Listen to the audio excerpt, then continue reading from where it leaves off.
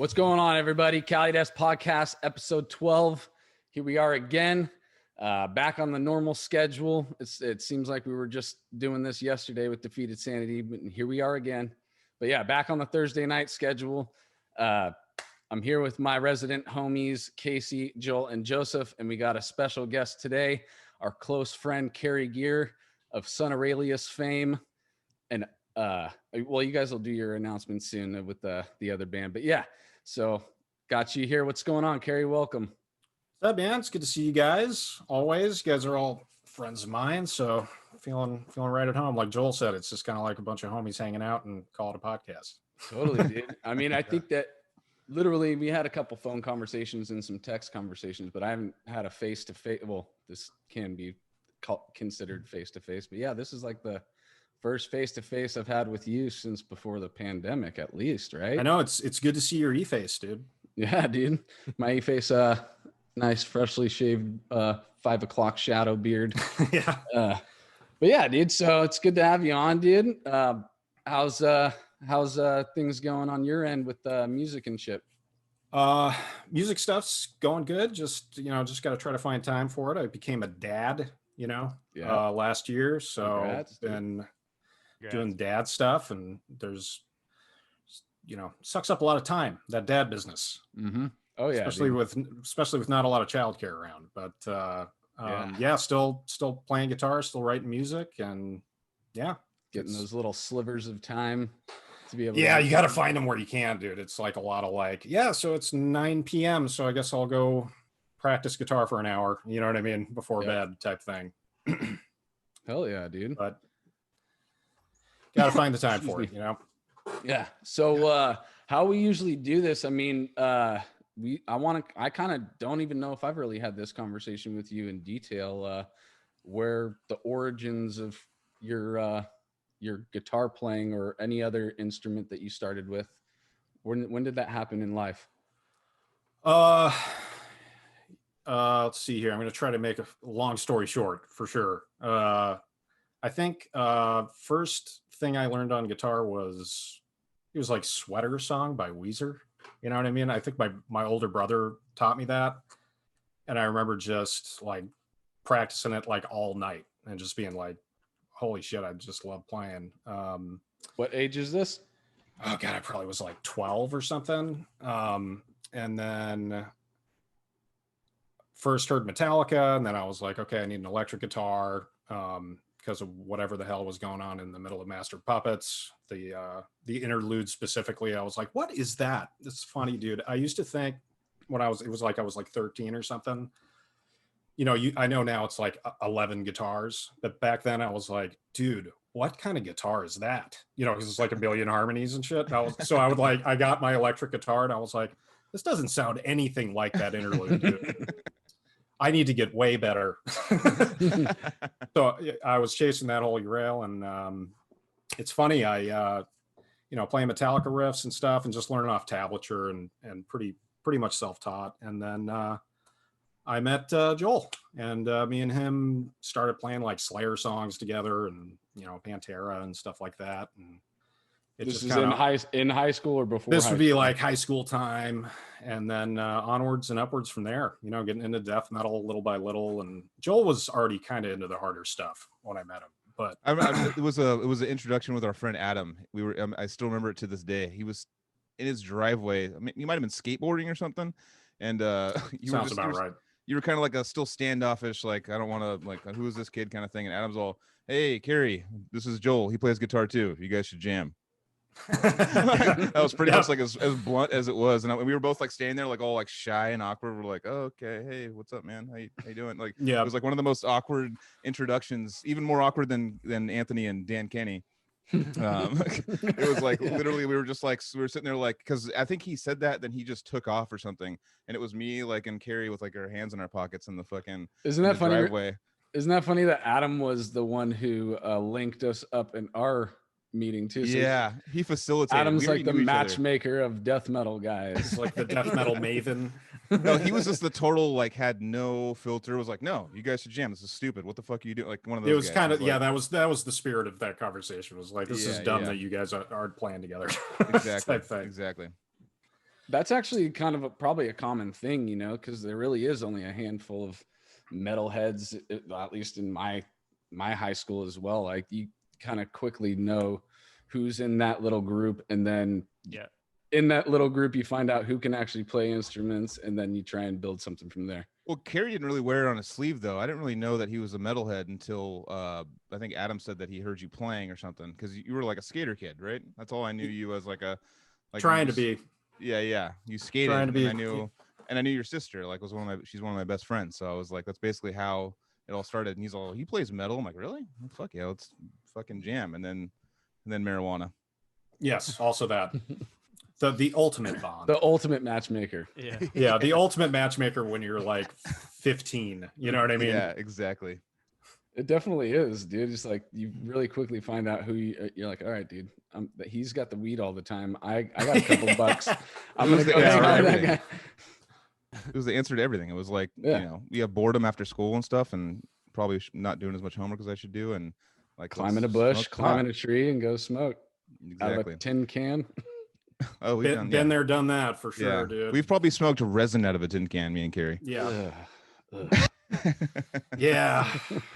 There's some times, you know? Yeah, exactly. Sometimes. I remember scraping pipes and shit too. So guys, what high school was this? Aptos High. Yeah. Sure. So just kind of south of Santa Cruz. And yeah, I'm trying to think. You and I were just like playing Slayer tunes and stuff, and we were screwing around with trying to write some songs and stuff at some point. And then I remember this vividly because you were like, "Hey, dude, we're going to this show at the Aptos Club. Me and Adam, you should come along." And I was like, I didn't go to anything. I was like so antisocial, especially back then. And I was like, "Nah, dude, I'm going to stay here and smoke resin." They went down to the Aptos Club and they went to go see this band Odious Mortem. And I remember Joel coming back and being like, "Dude, this band is insane. They're all super cool guys, and I'm gonna go play bass for them later." You got it twisted a little bit. It was just me by myself. I went to go watch Origin play, and that's where we talked about that on the Odious one, where David and Josh were outside at Casey. And I met them, and then I came back with. I told the story about how I came and knocked on your window and was like, "Yes, yeah, what the fuck? This demo? Did you hear this thing? Like, what's going on?" Like, yeah. And we were like, they're from Santa Cruz, and we were, you know, we had a failed drummer at the time that we couldn't get to play our stuff correctly and stuff, and everything was kind of just going on the down, and that's kind of where. Yeah. Anyways, and then later I went and saw with Adam Odious. Was it anything? Did you guys actually like get to the point where you named that project or anything? Yeah, we called it Barking Spider. Oh yeah, I remember. That's what I recall us talking about. Yep. Yeah, definitely. But nothing really came. I mean, we had like, I don't know, two or three collections of riffs that we were trying to like. We had this guy that was playing drums with us. Bless his heart. But I remember me and Joel just looking at each other, just going like, "Man, our riffs are terrible. If this, like, it does not work with drums, obviously." And then we realized, like, oh, that guy probably wasn't quite. He could play the beats, but he couldn't keep a song together. He was like he was one of these guys where he'd like, when he was by himself and like we showed up and we're like, "Oh, you can play drums," and then he would like do blast beats and stuff and be like, "Oh, dude, you're hired." You know what I mean? Yeah. But like when you tried to like, write with him, it was just like he was giving you that look like you're sitting there going like, "Fuck." Yeah. So yeah, okay. I need to go back and listen to that and hear that story from. Yeah, what's the full story on that? You went to go see Origin, and then because I was under 21, so I planned on just smoking cigarettes outside and listening to Origin because they were playing the Aptos Club. So I was like, it's down the street. You might as well just fucking show up and listen to it outside because it's one of the craziest bands is playing like 2 blocks from my house. I have to go like stand outside.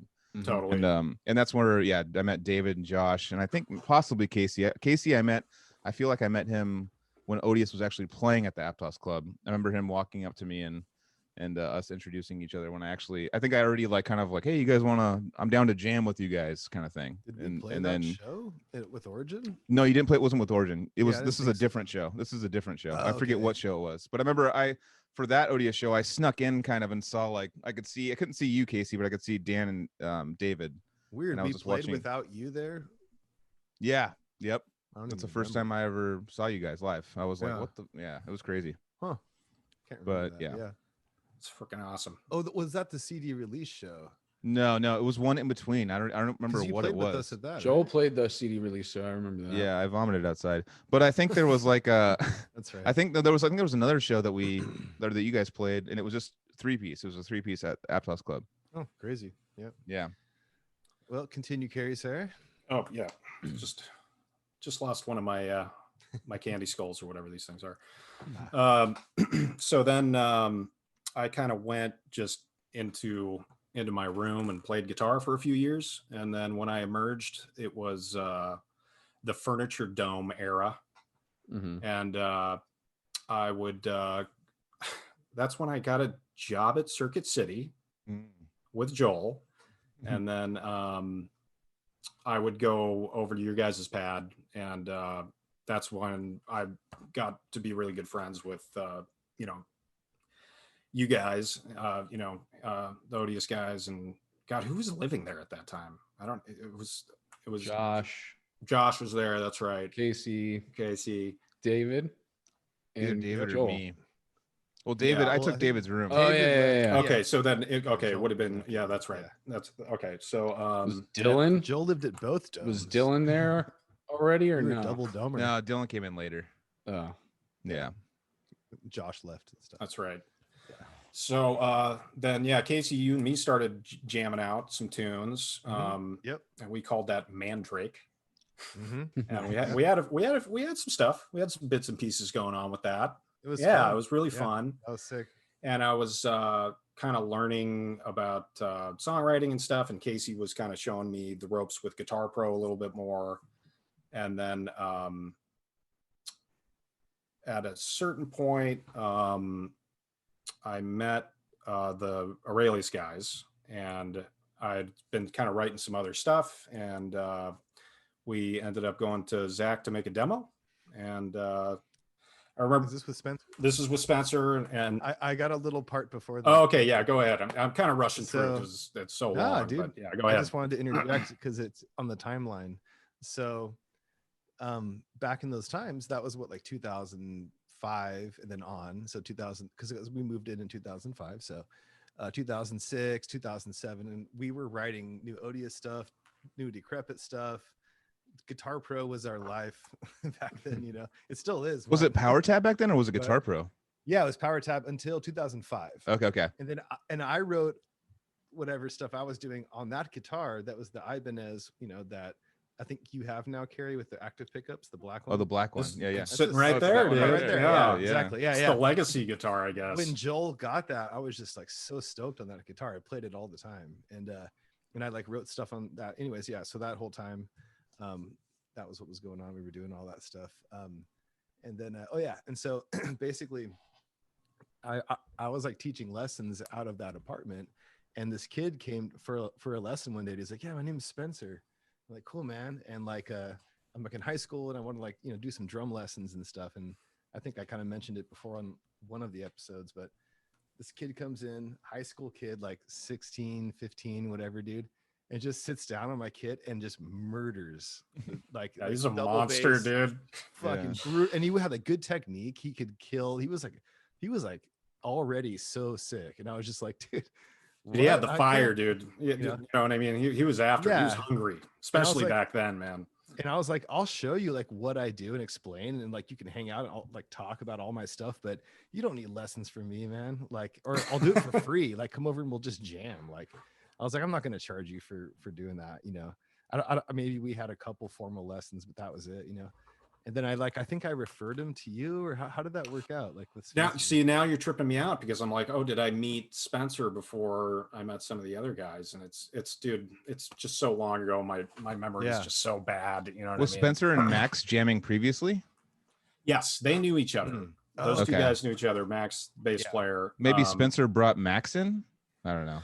Well, yeah, I can't remember exactly how it came around. I remember I talked to I think I talked to this guy Mike Rankin, who was like a mutual friend of Josh Miller, and that's how I got hooked. I met him, and then he also knew Max and Spencer too, like separately, which was strange. So it all just kind of coalesced. And then we were all Chase was like a regular fixture at the Furniture Dome. So we were all, you know, friends with him and stuff. So that was kind of like, so it was, yeah, me and Max and Spencer and Josh and Chase, and we went and recorded that demo. I don't know if you guys remember that. It was like a 3-song demo. I remember showing it to you guys in Casey's room. Yeah, I'm sure. And I was like, yeah, and I was pretty proud of it. I was like, fuck yeah, dude, finally something. You know what I mean? Yeah. Is And that the one with Zach? You said. yeah, we went and did that with Zach, and then Cool. Yeah. we, you know, got the name together, and we went back and recorded the Farthest Reaches, and that was before we were signed. And that's Zach Oren that people. Yeah, Zach Owen. Shout out Zach. Can I add into the story that I went to high school with Max and Spencer, and I talked about this too, but I left for college that year that they met you, because I'm the same age as Max. I think he graduated high school. We were working together at the time on our music projects, but kind of vaguely. And then it seemed like he was in that band Crucifornication. That's right. And Yes, that's right. And then from that, he was like telling me about Son of Aurelius as I was like leaving, and I like came back for like a 6-month period, and then all of a sudden you guys had like your CD and stuff, and I feel like if I hadn't left for college, I probably would have been somehow connected, because I was playing music with Max and Spencer and Stephen DiMartini and all these really good Nico Spence. We were playing like Dream Theater covers and shit together, and we did that Sleep Terror video. So anyway, it just feels like weird that we never met back then, because we were like so adjacent. Like It's just like ships in the night, dude. That's crazy. Man. Yeah. But then I like knew you from like Son of Aurelius, basically. So yeah. But then I also met you and your friend Bryce, right? That's his name. Yeah. So we were also, just before Spencer was your student, Bryce and I were your students, and you did the same thing with me, where you like started just letting me like come hang out instead of, I'm like, yeah, dude, hang. you guys are shredding. Yeah. It was chilling. So anyway, so I want to hear about like writing the Farthest Reaches and like the process, the creative process. Yeah, it let me think. It was like 2009, and there was a lot of like really technical, brutal death, and I kind of wanted to, this is kind of, you know, a lot of people have done this since, but like my novel idea was like, oh, I'm going to make it like these super odd time signatures, but also try to make it like as catchy as I can. And almost like, you know, I listen to like a lot of power metal and stuff like that. So I kind of wanted to give it a little bit more of kind of a triumphant sort of sea shanty sort of style. So that was kind of, I was listening to like a lot of Gorod and a lot of Arsis and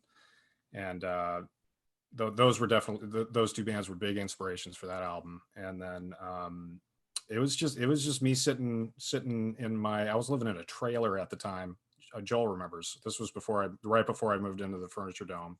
Yep. And I just remember sitting at my computer just working on it. Like it was like, you know, Circuit City had closed. I was like on unemployment, and I just sat there and you know, I didn't write that whole album, but like a lot of the tunes were, I was just guitar proing out, you know what I mean? And I just tried to make as many as I could, you know what I mean? It was just kind of like, I'll just make as many of these as I can and make them as good as I can. And then once we all get together, we'll choose what we want on the album, what the best songs were. And that's kind of how we did it. How many did you guys scrap? Not too many. I mean, it ended up being 11 tracks. And I think there was two off of the demo that didn't even make it on there. I think there was only one song that we did off the demo and put it on the album. Mm-hmm. So it was those two, and there's probably like a lot of like half-baked ideas and stuff like that was like, they probably got scrapped for a reason, you know what I mean? Type thing. But yeah, it was like I was finally just getting the hang of and really felt like I was getting the hang of like songwriting and stuff like that. Because before then it was a lot of poking and prodding and not sure what kind of like what I was doing, especially with Guitar Pro. Guitar Pro, when you're starting out, kind of, I mean, obviously you're writing riffs on a guitar and stuff like that, but I'm sure you guys have been over this, but it's easy to like get stuck in a corner on Guitar Pro and like end up like, oh, here's all of these riffs that are just eighth notes for, you know, till the end of time. You know what I mean? And, you know, it's, yeah, it can be a little strange. And I felt like at that point I was like kind of finally getting the gist of it. You know what I mean? Sweet, dude. And then, So now, oh, go ahead. Joseph, no, you go ahead. I was just gonna say, so from that, you got that all written and recorded with Zach, and then so that was before any label signing, and it was good fight that you guys signed. Yeah, Good Fight picked us up, and we see this stuff's all super foggy for me, but yeah, we got signed to Good Fight, and they put the album out. I remember it was a big deal because it was in Hot Topic. You know what I mean? Like, yeah. I went to the Hot Top and was like, "There's Son of Aurelius out." You know what I mean? Like, felt like a real big shot. And was it the first metal act they signed or whatever? Well, they were a brand new label. It was Carl Severson, who's Nora. From Nora, and I think he was at Ferret. Is that? Okay. Yeah, and that's right. Yeah. He had was doing his own thing, and we were one of the first bands to get signed, and it was kind of like it was cool. They're great. I love Carl. He actually is from awesome. Roadrunner originally. He was the main Roadrunner PR guy because I used to, when I was a little kid, I used to run a little fanzine, and I used to talk to him. He was like my main contact. Like, is that right? That's crazy, when I was like 14 years old, he'd get me like interviews with Soulfly and like these bands and stuff. When I was like, there's a whole, I haven't gone over that shit yet. hey, Joseph, you need to bring up the Wayback Machine so we can go look at sickness.net, dude. Is that what it's called? That's what it was called. Dude, it's on there, Joel. I looked at it not a week ago. Why did I just start a new website? Why didn't we just resurrect it for? So what happened was I had actually kind of a decently, I don't know, for back then dial-up days, it was actually a semi-popular website, like a metal news website. When I was like 14 through 16 or something like that, and I was dumb back then, and I basically didn't have any money, and the domain came up, for sale, and someone just snagged it in a minute, and it was gone. So that's just pretty much, that was the end of that. I was pretty much over it though at the time, but it was, I just had like boxes of fucking promotional stuff and all over my room, and like I was interviewing all their bands they wanted me to interview and stuff, and I was dealing with Carl and stuff. He just like, oh, what show you want to go to? You're in. What, he thought I was 18, I was 14, 15, and I was like, he's getting me into all these shows and shit, and I'm just like fucking freezing backstage like shit, like on just tour like buses. The kid from Almost Famous. You're all like, yes, I'm 18. You're all putting on like a deep voice when you're talking to Carl. Like, I remember I had to like write out my my interviews. I had like this little, like one of those little recorder tape things, and I'd just be like chewing gum, going, yep. Yep. like it was one of the worst fucking like transcription processes I ever had to do. But no, it was a trip. Yeah. Cary was there for all that. Have you gone to it recently to see what it is now? Well, Cary said there's a Wayback Machine where you can actually look at it. It's been, you can look at it through the years. There's not that many entries, but you can see when Joel was running that site, dude. And you had a @sickness.net email that you could sign up for. You could get your own email at @sickness.net. Dude, so. Joel's always been kind of a tech wizard, dude. That was back when that shit was not easy. Yeah, that was no Squarespace. It was Angel Fire and GeoCities. Those are those days, I didn't see any counter with flames on the bottom though. I was kind of disappointed, dude. Dude, how many visitors? I think GeoCities was my high school band. Flatline did our website through that, and we did have the flames in the view. Oh yeah, dude, hell yeah, man! Like rotating fucking skull gifts and shit like that. Yeah, dude, 6 people went here this week. What the fuck? We're blowing up. And they're probably just all you. Was it right? Like you checking the page. Was it spelled like sickness, like S-I-C-K? No, like the Slipknot sickness, the SICNESS. Oh, dude, well, SICCNESS. No, Brother Lynch's website. Oh, okay. No, it was Slipknot because I was. And I think it is .net too. So I wonder if Lynch bought it from you, bro. Oh God. So wait, one or yeah. two C's? One C, I Okay. believe. Yeah. Are you pulling it up remove, right now? remove the K. Oh Let's man, do this is gonna be fucking embarrassing if you find something. Oh, dude. Oh, it's on there, dude. I've been there, dude. I check it every year. You know, it's part of my routine. You guys keep going. You guys. Okay. don't think I I'm was gonna gonna find say, this. yeah, you need to screen that shit before we put it up, so we don't get pulled off YouTube. Pull it up at some gnarly ass. Yeah. Never mind. Oh yeah. What you were saying is, yeah, Carl's a homie, dude. That guy Yeah. was awesome. We got signed to Good Fight, and they put that album out, and then we did some support tours. We also did a EP, which they actually tacked on to the Farthest Reaches. It was originally going to be separate, but then they were like, no, we're going to do a digital deluxe thing to boost sales or something. So you go back to the Farthest Reaches now, and it's 16 tracks long, which is insane. But it's basically an album and then our EP. Like the recording's different. It's like totally Is any different. of that on Spotify to listen to? I know you showed. Yeah, some. it's all on there. It's the Farthest Oh my Reaches, God. dude. 16 tracks. Because I've looked at it and I'm like, where's that EP that he did? Like, I remember like you guys recording that and it was like fucking super sick. Like, yeah, it's no, on the- it was okay. like the next thing. We were like, hell yeah, dude, let's step up the game. And like, yeah, that was a ton of fun. And Casey actually did a guitar solo on it, which is freaking killer. Why didn't I know that? Yeah, I don't think I knew that. Yeah, it's really quite good. It's really quite good. We used to play the song live, and I've like had this really bad imitation of Casey solo that I would do. It's really bad. He stepped away at the wrong time. Yeah. You know, while he stepped away, I would actually like to open a beer over here. What do you guys think? Yeah. Go for All it. right, Oh yeah. let's do it. Okay. Yeah, it's going to be the unofficial official Cali Death beer tasting extravaganza. There you go. And I have I've got my glass here because I'm classy like that. Oh, I didn't bring a glass, dude. So what we're trying, Joel, you ready to crack one of these open? Joel's participating. Yep.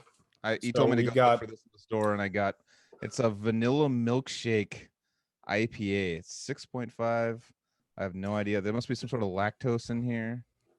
This is from Full Circle You're in Brewing for a Company treat. out of Fresno, California. I think it might be disgusting. They've got hashtag beertainment on their can. So I you would know it's probably gonna. enjoy it, dude. It smells like a I'm a normal hazy. beer. I'm a hazy fan, Okay, I'm gonna open it up. and actually from Revision Brewery, I remember on the side of their can it says "Live and Active Cultures." Like there's dairy in it. Oh, Okay, some- okay. Or yeast. That's what it is. It's live yeast that's in there. it looks good. Poured out. I know, I don't Check that smell out. any like milkshakey kind of stuff. Oh in it. yeah, It that just looks like a super hazy. I think this is gonna be good. it looks. Okay. You guys are It in looks for a like it's treat. going to be amazing. All right, let's go.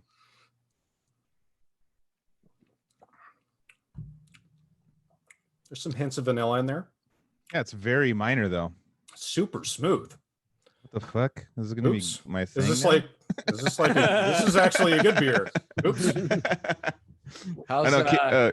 Cary was like literally trying to. I need to go find like the shittiest, weirdest beer to do a beer tasting. I like it. I like it dank. Is there a dank hoppiness to it? It's as well? not really. It's pretty No, not light really. on the It's hops. smooth. Yeah. It's really it's got it's got a really it's got trip. that kind of hazy tropical thing going on. But I don't even hints taste of the vanilla. a very hint of vanilla. I thought it was gonna taste like a milkshake. What are you drinking, Joseph?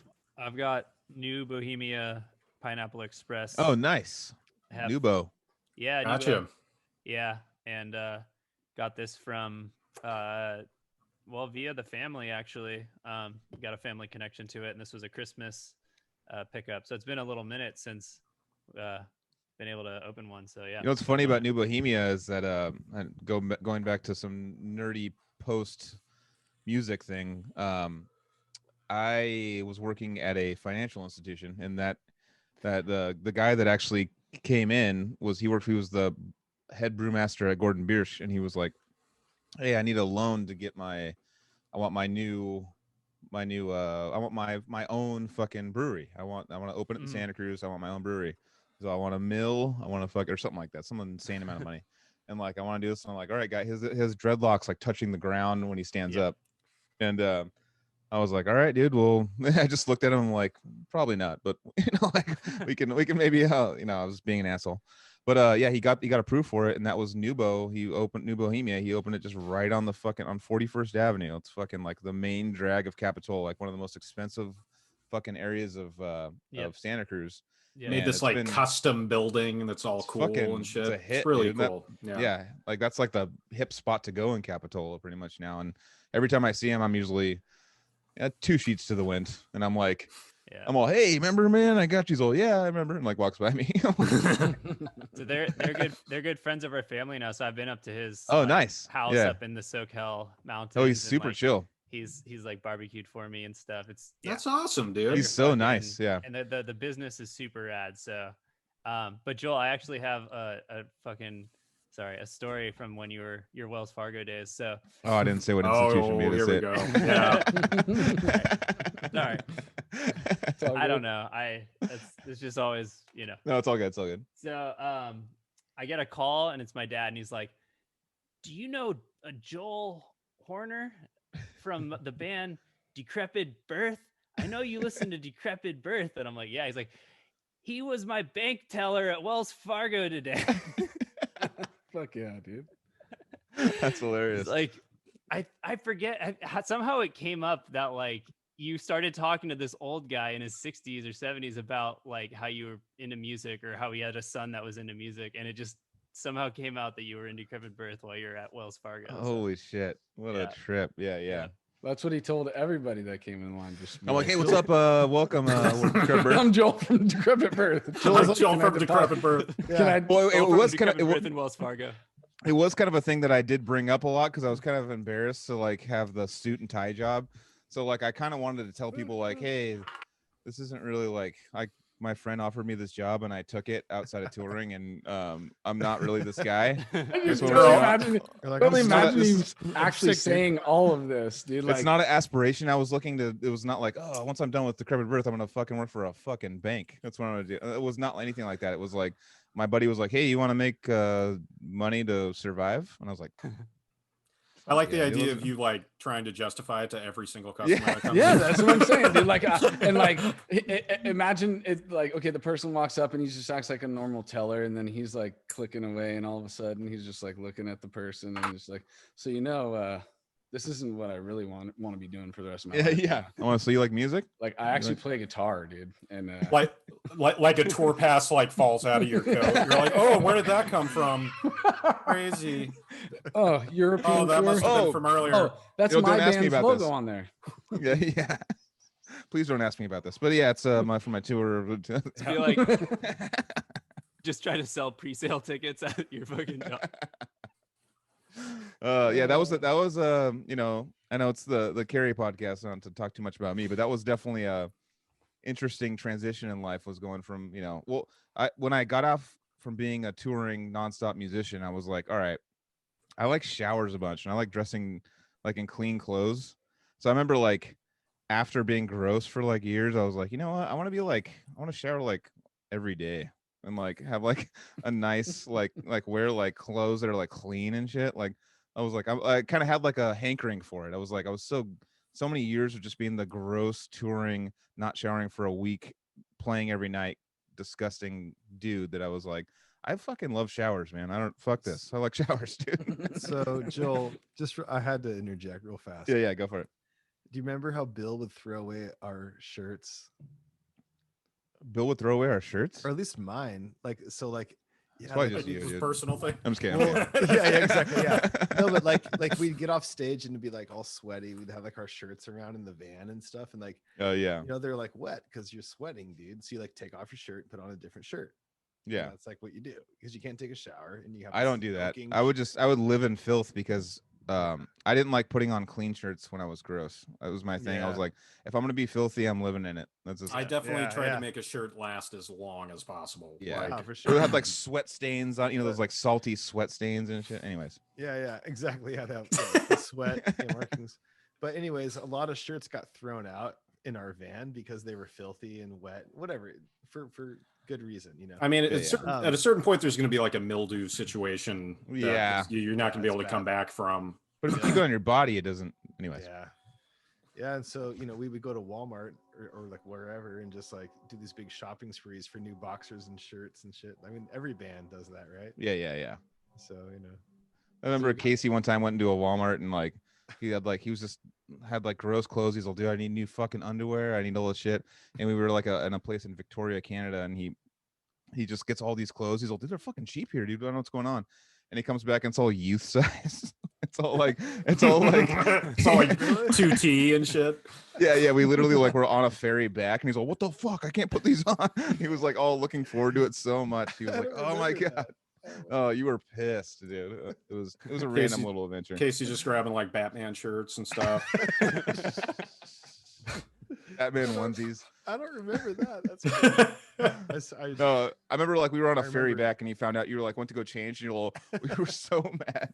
I'm all, dude, that bag looks pretty small for like 9 pairs of boxers, but whatever. Yeah. Yeah. Anyways, You're also like on tour. You're looking for like the cheapest thing on the planet Earth Yeah. at all times. So Yeah, that's totally. that's a trap you can always fall into. Is like, dude, I get fucking 9 pairs of boxers for $3. That sounds amazing. And you get it, and it's like, yeah, for like toddlers and shit. It just says large, and then like and it's all below it's all youth. That's all. I know. I've gotten that with shirt. I've ordered shirts off of L/Y. Yeah. Yeah, I've ordered shirts offline. I'm like, it's a fucking good deal, dude. I'll fucking order this, and I just show them like, cool, dude. Well, I'm gonna definitely give this to someone or throw it in the garbage. Yeah, it's gonna be a rag. Got to keep some short friends around for that. Exactly. That's what they're man. Exactly.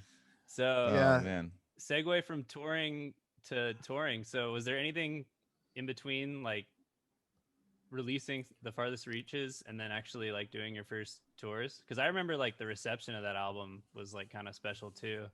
Yeah, we got to super good press on it, and like it seemed to people seemed to dig it, which was freaking awesome.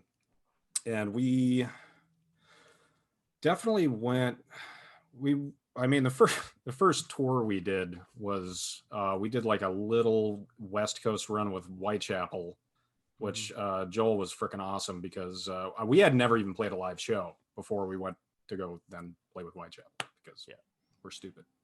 And this then is still with Josh on vocals. Yeah, this would be Josh and Chase and Spencer and Max and me. And I remember Joel.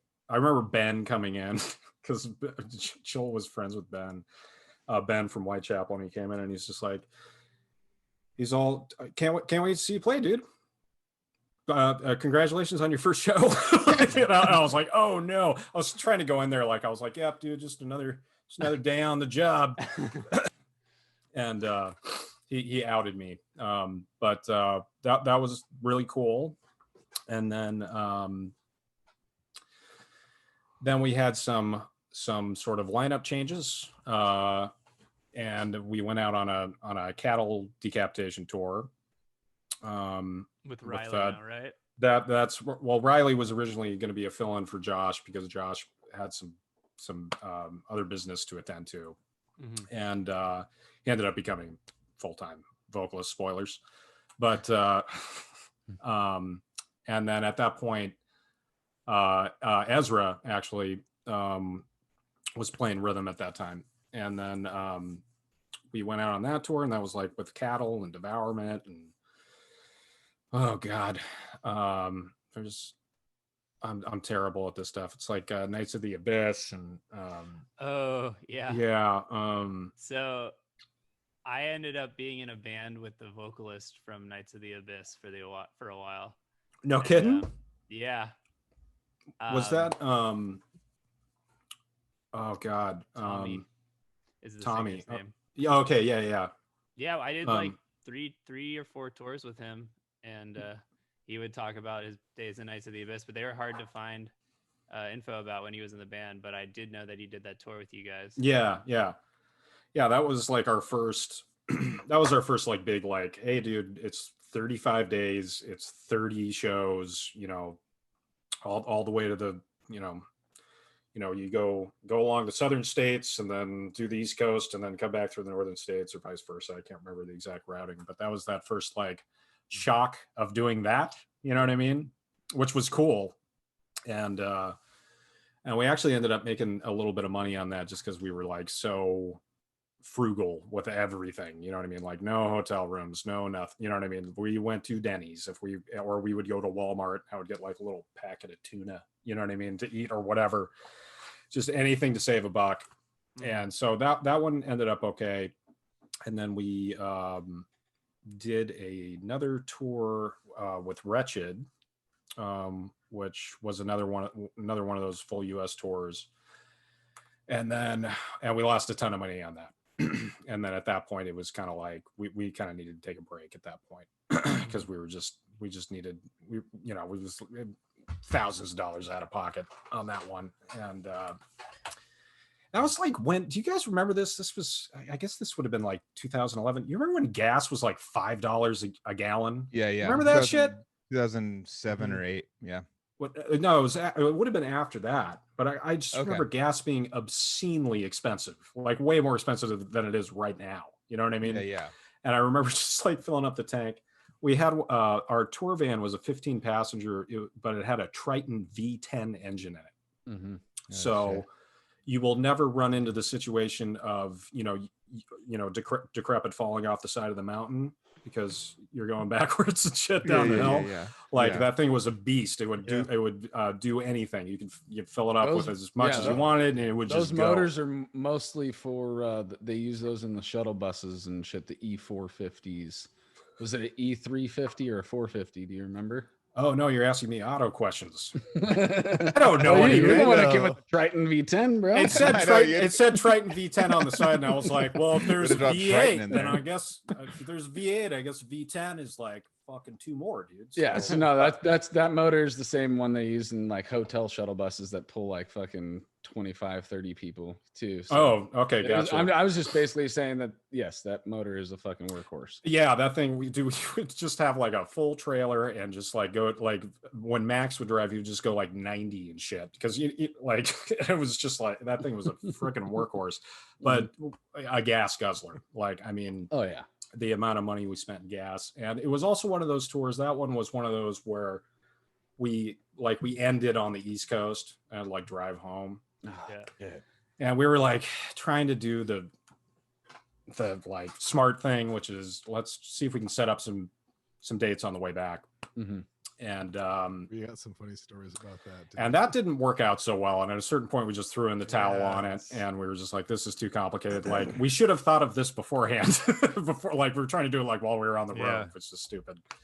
It sounds like a great idea. Yeah, it's definitely the way that it should be done. Like, definitely make money on your way home. But it was too late by that point, so we just drove all the way home in like 48 hours.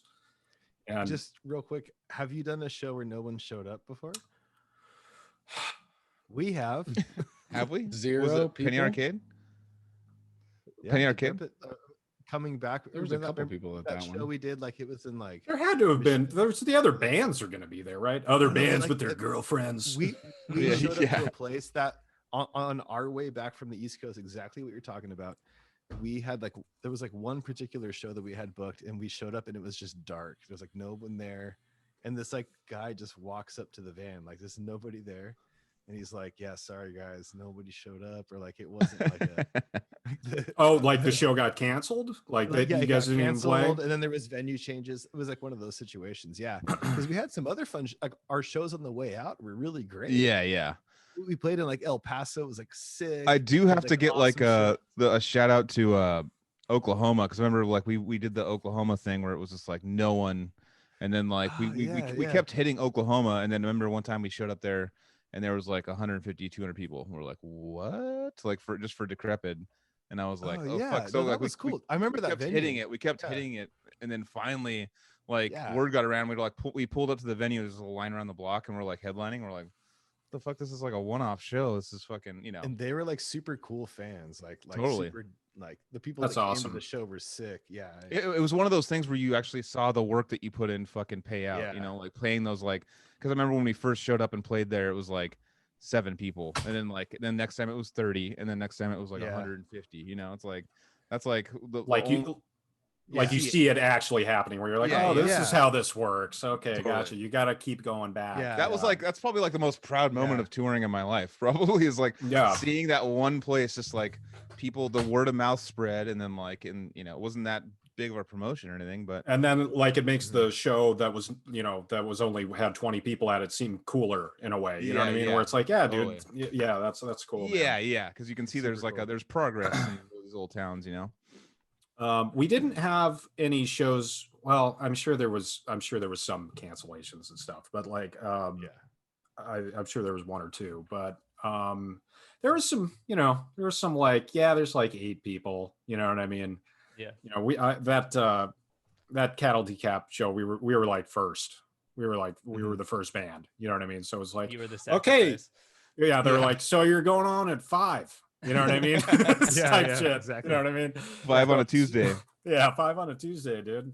Good luck. So we'd like show up and like, you know, it would be half hour after our set was done. People would like start wandering in and shit. You know what I mean? Like there'd be people there, but it was like, you know, you know, and it's you just treat it like it's, you know, a practice, and you know, or you know what I mean? Like it's like, just you know, pretend there's a bunch of people here, and you know, get your moves down, you know, get your guitar faces. Yeah, I mean, we played shows with very small, you know, it's like, is there anyone on the dance floor? Like who's out there, you know? And that's like totally cool. Like I love all that. The story I was thinking of, it was just funny. Like we like showed up, it was like only a one-time thing, and it was just like a black like building. Like, is nobody here? Like, what's going on?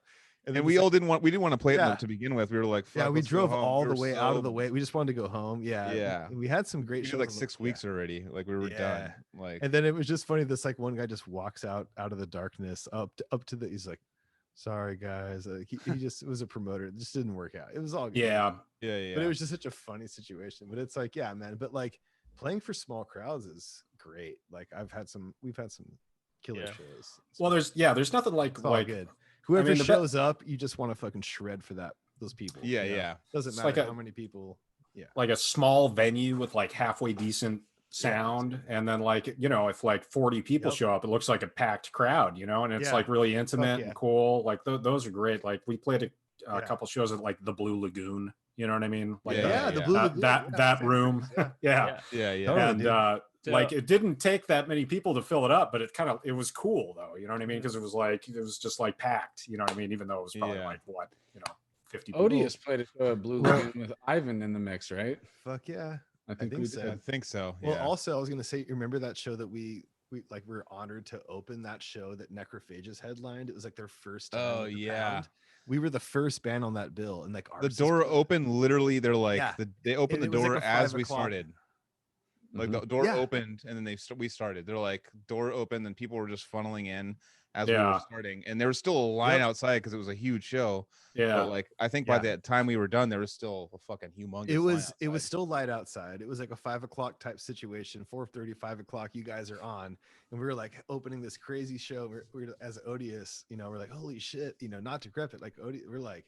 Like the biggest show we've played. I fought tooth and nail to get on that show. I remember I was like, I was hitting the promoter. I was like, dude, we'll take $0. Like, we played like, I don't know, like a set of like, you know, 6-7 songs, whatever it was that we had time for, maybe less. I don't know. But I remember we started, there was like 20 people in the crowd. By the time we finished that fucking set, there was like 300 people in the crowd. That's awesome, dude. Remember that shit, dude? Yeah, that was fucking insane. Someone threw a banana on the stage for me. Play, monkey, play. Pretty much. That is offensive. And we're not responsible for the crowd. I mean, we tried our best, but I'm just saying the crowd was stoked for the show, like coming in. Right. Yeah, it was Necrophagus's first time ever playing the Bay Area. Remember when Necrophagus played? It was like the place was like sold out to the rafters, dude. We were like, holy shit. People were just squished in. It was it was insane. So cool. I was like watching Hannes from like behind the stage. Hannes on drums, back the original.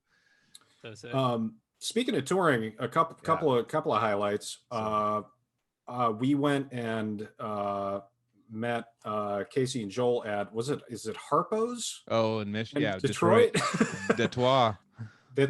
We met up for the it was like two tours. Was it on tour I was packages. On? Was it the one? Yeah, right. I'm pretty sure it was Suffocation tour. We met up with Cattle's tour, and I just remember like meeting up with Cary. It was 2009. I want to say, yeah, or What it was 8 or me. 9. 2009, then 2000. it was- It would have then it been was- 2010, I think. But Actually, 2010. Actually, Oh, might it have was been 2010. It It was wasn't. a Flesh God you were Apocalypse. not there. Okay. Apocalypse was on the tour. This Flesh God, Okay. Flesh God, Suffo, us, Flesh Faceless. God? I never toured with them. So Okay. guys- All right, you guys Casey. cross Maybe you weren't there. paths? I Then. don't think so. If it was 2010, it wasn't me. Anyway, it doesn't matter. Okay.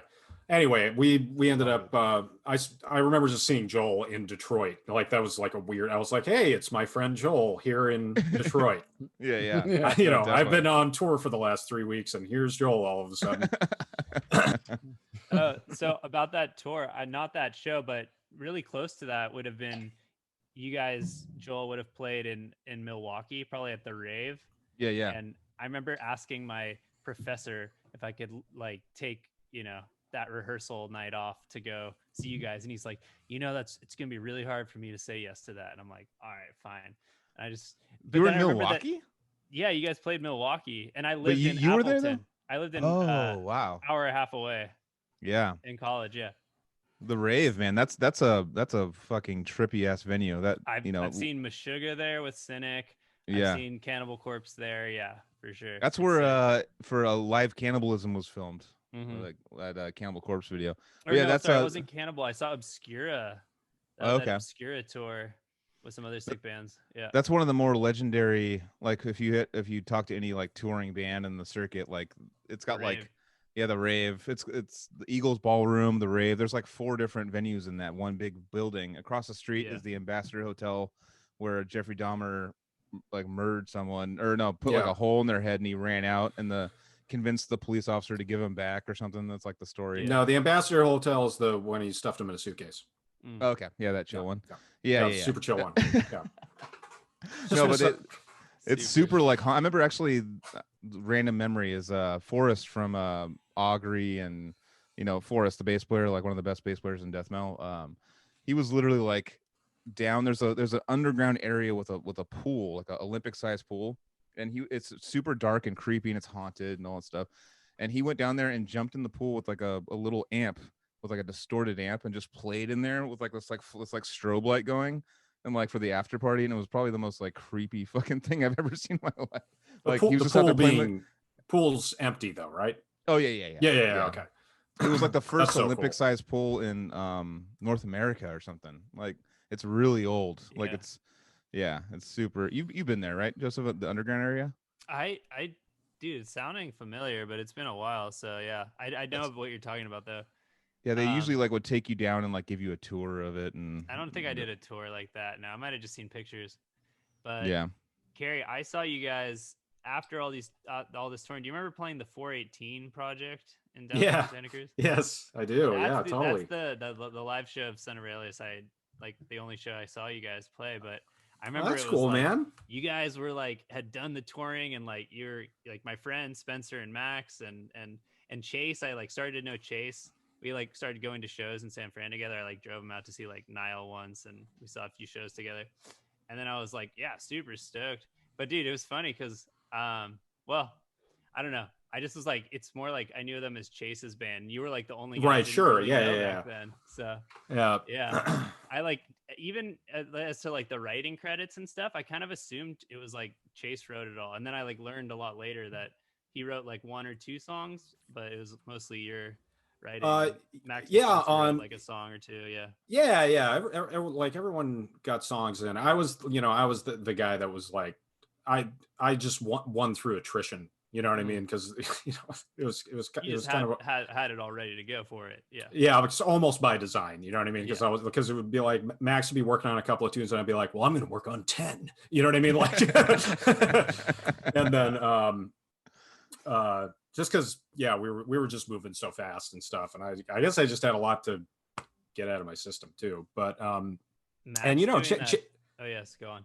Oh, I was going to say, and Chase was in Animosity, which is like, they're just like legendary. You know what I mean? So, fuck yeah. I remember a lot of the early press was definitely like Chase Frazier's new band. You can't wait to, you know what I mean? And I was like, yeah, that's about right. Yeah. It's all chasing the Aureliuses. Yeah, pretty much. Yeah. But hey, man, Chasing the sons of Aurelius. any press is good press. You know what I mean? So I was like, I never was weird about it. I was always like, yeah, he's done a lot of things. So, this is his new band. So yeah, but a good way to. Chase is a shredder. I love Chase. Oh yeah. But you're like, I don't know, Cary, I was jamming with you guys back. I was hanging out with Chase all the time. I was jamming with you too. And I just respect that style that you have. Like, you have your own thing for sure. Thanks, man. It's really, Oh yeah. I've always respected. But Cary's a legend, but we'll find that out later. Yeah, we'll talk more about that in the songwriting part. But I just want to let you know that I just have a ton of respect for you as a guitarist. Well, thanks, man. I could not have done it without all of your guys' help. So, what little I did, meeting up at Harvest. Listen to how humble this guy is. Jesus Christ. This was always going to be a little weird because I am the worst at talking about this kind of stuff. Like, I remember when I was going to come on, I was like, man, the idea of, doing 2 hours of just talking about Aurelius, I was like, man, I don't know if I can do it. I think we got to have some beer tastings or something. No, I mean, you're doing great so far. Yeah, for sure, yeah. dude. And I figured we wouldn't be touching. I mean, we're almost to the new album anyways, right? What year did the new album come out? So there's also the demo, right? Well, real quick, what I was trying to slide in there while we were talking about just shows real quick was I'm bummed because my only opportunity to ever see Son of Aurelius, I fucking slept through it. So we remember when Severed was on, just starting off that tour in 2012, and you guys that was the other show I was going to bring up. Yeah. So the reason, I felt bad, but it was like I was still going home every day from those shows, from those gigs, and working that week, just trying to get my last few days of work in before we actually left. And since they were like somewhat local shows, I was sleeping at my own place and all that stuff before we left.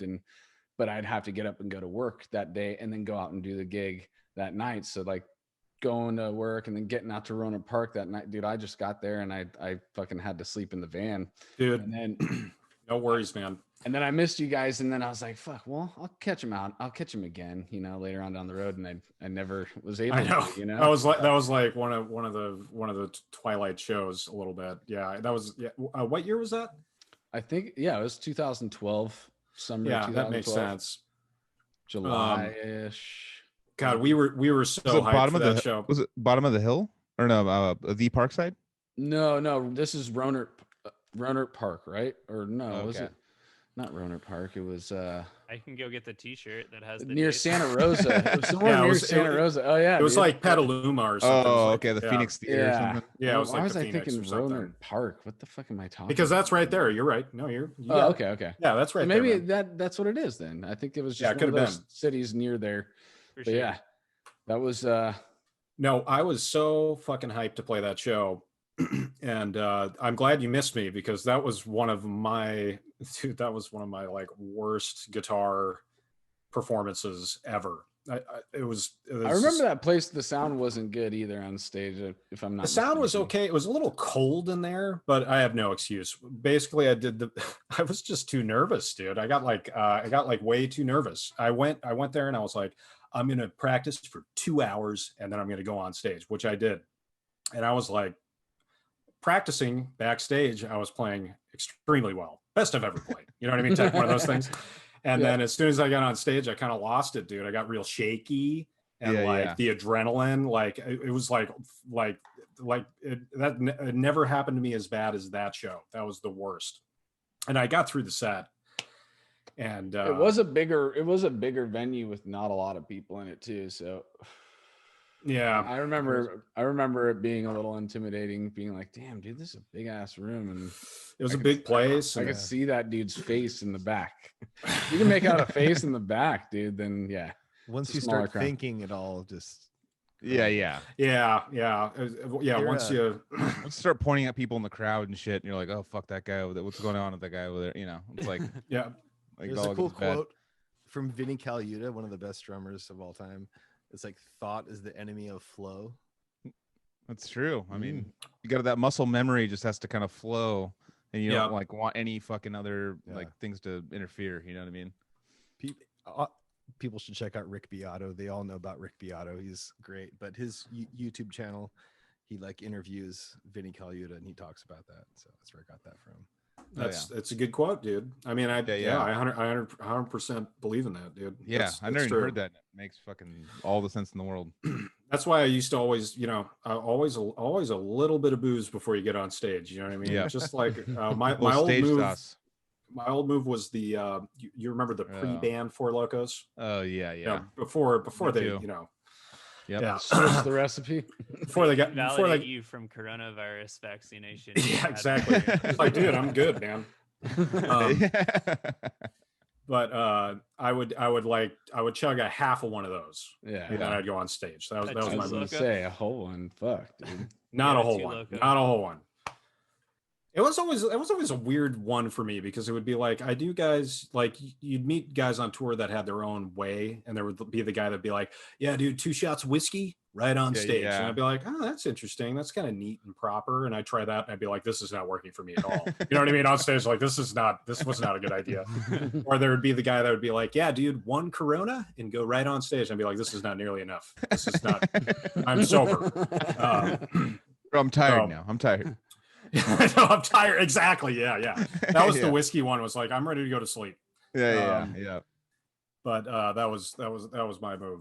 But I remember Carnifex. That was their the Four Loco move. Was basically have 1 Four Loco before you go on, and it was the perfect mix of energy and alcohol. It was like it got you like hyped up, like you were stoked. You had like your heart beating. You were like got little anxieties and stuff like that going, but it was conquered by the alcohol. It's like a wave of alcohol to kind of like take the anxiety down and like take you down. Like, all right, well, I'm gonna run around stage now like crazy. Like, well, those things are like those things were like 13% or something. I know. Preposterous. Yep. You know what I mean? It was like, and they had all of the crazy energy shit in it. You know what I mean? So it was just like, and shit, man. Like, yeah, you down? They're like, what are you looking at me? Why are you looking at me? Am I fucking up? Like they'd be like, why are you looking? You never look at me. Why are you looking at me? I'm trying to think if there's any other cool shows. Speaking of playing shows for free, you were saying you were just like, dude, just put us on the Necrophages show. Like, you don't need to pay us or anything. Well, that was us with, we got to play that little BT Bam show, like at that little club. And that was one of those where I think it was Carl or somebody called us up and was just like, hey, dude, this is like on the way. Do you want to go play it? And we were like, yes, of course we want to go play it. It was just like, Slide Bar. It was like a secret show or whatever. You know, that's rad. It was cool. It was cool. Those guys are insane. I remember they had one of those band wagons. You remember those things? Yeah. It's like the tailor-made. That's still a thing, right? They have showers and stuff. Yeah. Okay, well, I'm going to segue real quick into this other beer. Oh, okay. Yeah. I don't have another beer. Before we get into the blueberry one. Now we have the blueberry Illa milkshake IPA. I think it's probably going to be good. Like the first one, the first one was totally fine. It was super minor tasting. I thought it was going to be like actually tasting like a milkshake. Yeah, I thought they were going to like overdo it. Yeah, I literally think it just has to do with the way it looks, dude. It's so milky. It's actually like milky looking. Yeah. Unfiltered beer. Really, I think that's all it is, dude. They just don't filter it. Yeah. Well, I mean, Anthony, they have an ice cream cone on the can. You know what I mean? Yeah. It's a little bit of false advertisement there. I'm just saying. Yeah. They went a little too big on it. Yeah. Because you're thinking like a kind of thick, milky, kind of like Next time I come on, I'll just try all the buzz balls. You know what I mean? Well, I'll just one after another. You guys ever see Revision down there in Santa Cruz? Yeah, I know I keep dropping their name because it's like my favorite shit. But they're Sparks, Nevada. Are you talking about this? What's up, dude? That are you talking about? Which one's that one? This is called Cloud Cuddly. All right, and it's a hazy IPA. New. Does it say like any style or something like It that? says any style, and I didn't know Yeah, what New that stood England. for, so I didn't. New England. New England. I figured. Yeah. Okay.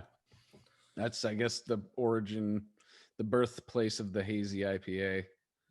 Gotcha. At So least yeah, in America. I've got one of these for if we end up going that long. I was like, I also Yeah, need dude. backup beers, also in case these were like bad or something, you know. So, They have yeah. dope labels, and all the beers are fucking delicious, dude. Dude, all these kinda have to IPA drink. labels are great. Yeah, you can Wow. peel those right off too. I put a couple of those I threw on my Ooh, a little sniff. toolbox Let's see. at work. You need blueberries in there? It looks a little blueberry-ish with the It darkness. does, dude. Pretty good. It's That's just an kind of the same interesting thing. It's a color. hazy IPA, like that. It has like a hint of blueberry in it. Yeah, yeah. Yeah, It's but that's good. an interesting color. Yeah, I know check it it out. actually has the blueberry. It's like I think it's more like towards the like what Anthony was saying. It's more like towards the it's unfiltered, so it's milky. Mhm. It's not like actual milk. It's like Yeah, it's kind of a little it just God, the way it- Anthony. I mean, we should can we have a poll at the end of the podcast of should Anthony break dry January? Look how stoned and like I'm fucking ripped right now, dude. I don't need to break any dry January. I could tell that you're the most stoned you've been for the podcast. I could tell. And Well, then, Anthony, is that no. really dry January? yeah, I know. Is that dry, really? dry mouth January, dude? Yeah, right. He stuck with it though. Fuck. I mean, I offered him $100 before the podcast to drink like a couple beers, and he said nope. Yeah, it's not This worth it crap- right Was now. that was that a I real gotta- offer? That was a real- no, $100? it was a Was real offer. Okay. I would That's the have. kind of friend it's- Joel is. It's like I'm already halfway in it, dude. Why am I gonna fuck around now? Because it's 100 cents times $100. All right, now I'm drunk and you're stoned. Yeah, dude. No, this I'm podcast going- is about to get real good. Hell yeah, dude. Hey, down. Mikey hit me up. Your buddy Mikey hit me up. He's all, "Hey, that Defeated Sandy podcast was really good, but you guys were too sober. Like I was all bored." Yeah, he does like the fucking. He likes the fucking buzzed ones for sure. yeah. Shout out, So, anyways, Mikey. shout out, Mikey. Love you, So, brother. Mikey. Hello. Dude, Well, you got me and Mikey got $100 each for the next podcast for you to just get drunk as fuck. Wait, that's a week from now. No, I'm still in January, dude. $200, dude. Dude, all Mikey's right. in with me. What's the next? Okay, look at a calendar. Somebody tell me what's the next. I'm not looking at a podcast? calendar. I'm saying it'll be Sick, the dude. 21st. It's I'm the gonna look at my 14th today. calendar right now. You ever played football? It's 7 points at a time. 14, 21, 28. No, dude, I do 360s like 7 times. Joel. So the yeah. next Sorry, I'm drunk. podcast that I can drink on Is the 21st. And I'm about to 21st, yeah. confirm the guests. So yeah. So No, it'll a be good one. February 4th. Oh, I'm going all the way January. All So through like January. Valentine's Day or something? Jesus. I don't know, but then I'll drink. I'll put a heart on my glass, dude. that's 14th. We're not gonna have one then. No, but the first Thursday in February. All right, this is too much time on when Anthony's gonna drink next, dude. There'll be a poll. There'll be a poll at the end of the Yeah. podcast. The people need to know. Yeah, poll. Who wants me drunk? Who likes me sober? You guys got There we go. 10 podcasts of me, or no, the first couple I was drinking coffee, and then I was just like, fuck it, dude, I'm gonna start drinking beers. Well, come, And then- Anthony, calling you sober is a little bit of a stretch. I mean, it's this just is- over there dude. just token up, dude. I've I been can't even see smoking your weed eyeballs. for longer than I haven't. So I'm just playing, bro. No, I no, think no. I think that's cool that you're doing that though. totally. I considered I think it. it's I did cool it too. last year too. And it felt good then. So it's just like Yeah. No, I understand it, but dude, we're trying to get hits, dude. I'm All right. I'm bringing the view count down because I'm not drunk. Yeah. Just have like an internal meeting about fucking Anthony's drinking. It's like, listen, dude. The intervention to get me to It's start like drinking. we again. are not going to get that MeUndies endorsement unless you fucking. Yeah. It's like the opposite of what like Motley Crue's meetings would be nowadays. It's like, dude, we need you drunk. We need you on drugs. We need all the things. Like nowadays, it's like, dude, get sober, lose weight, fucking be able to survive on tour. Anyways, so We need to put you in front of audiences. Anyway, yeah, dude. What's that other album you guys did? So Under the Western Sun. it's kind of interesting. I was talking to What about the demo? Did we talk about that before? Oh no, yeah, we should get into that. I brought it up while you were gone. So oh, you did. We also did. My bad. The listeners might know, but yeah, we did an EP that then became part of the Farthest Reaches album. It's a 5-song EP, and Casey here did the solo on Slaughter the Immortals. So yeah, actually, it turned out great, dude. I didn't even know that you did that, dude. I really didn't. That was so fun doing that. That was really cool. I remember that. Yeah, I remember the genesis of that. I mean, it was just one of these things where it's like, oh, Casey is such a good guitar player. You know what I mean? I was like, it would be really cool to have him do a guest solo. You know what I mean? And it was really cool, and you killed it. And it seemed like it was like one of those times where Zach Oren like seemed like he was, you know, actually having fun. You know what I mean? Not to throw shade or anything, but like, you know, he was like into it, and you guys were like going back and forth and having a lot of fun with it. You were doing a lot of improv, and it was just really cool, man. So check it out, since it's in stores now. It's an online streaming Spotify source. What's that? I said, was it at Hot Topic right now? No. Yeah. Can I go to Hot Topic to find Son of Aurelius? Yeah. It's in a Hot Topic near you. You can go and pick up your copy of Farthest Reaches and a Hogwarts sweatshirt.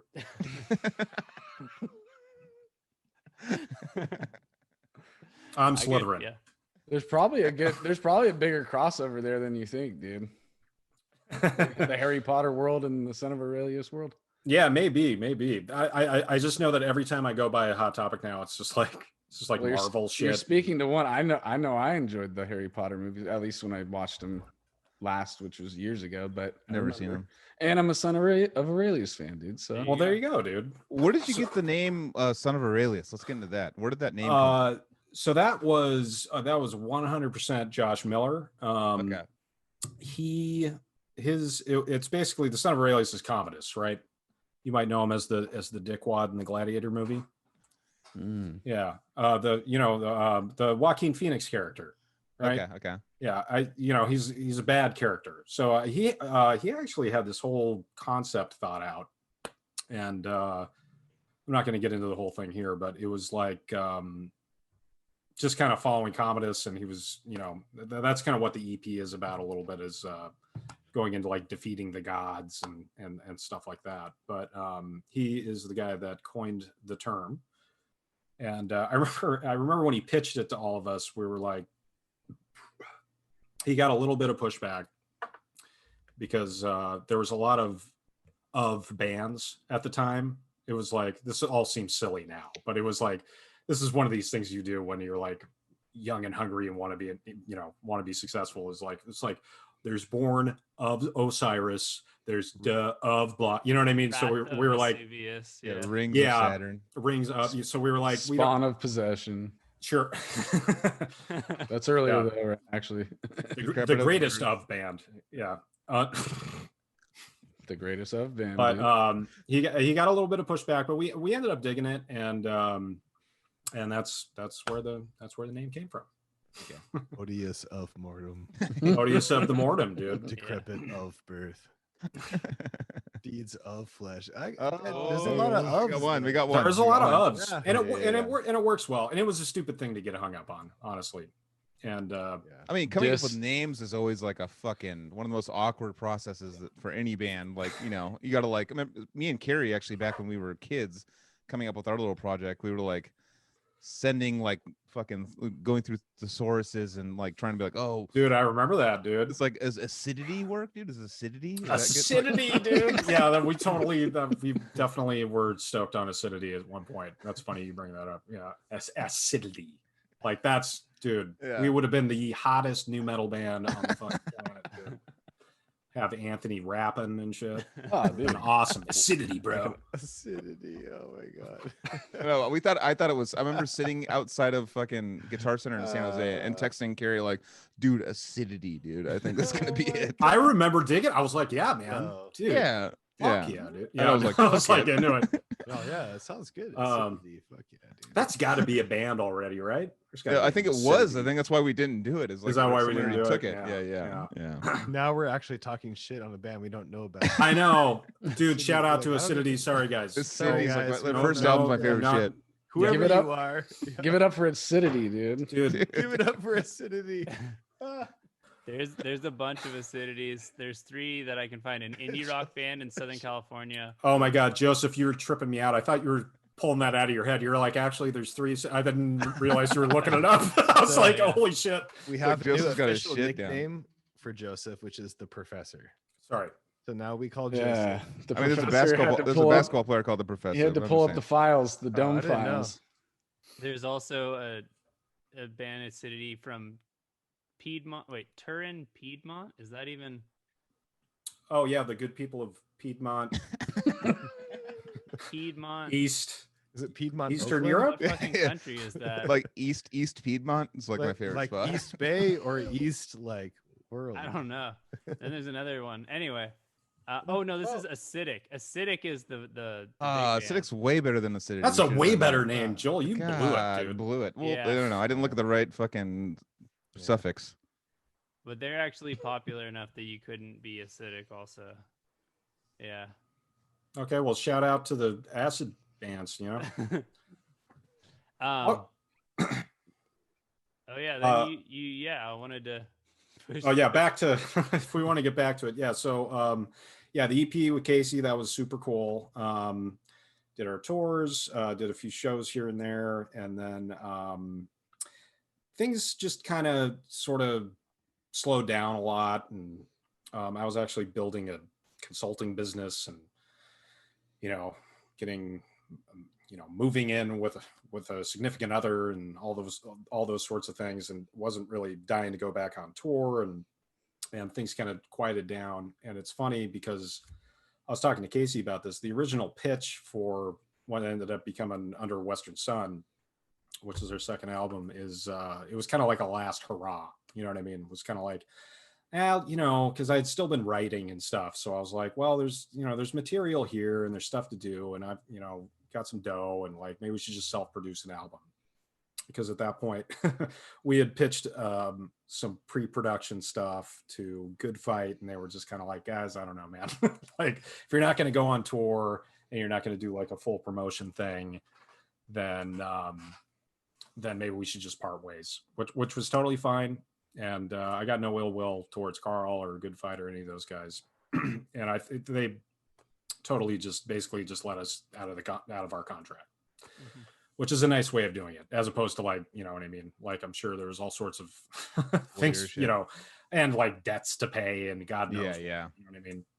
So we were like, okay, well, what are we doing? Are we doing anything? Do we want to find a new label? Do we want to do this? Do we want to do that? And then at that time, I had also seen that Protest the Hero GoFundMe pitch, where they were like, we want to self-produce an album.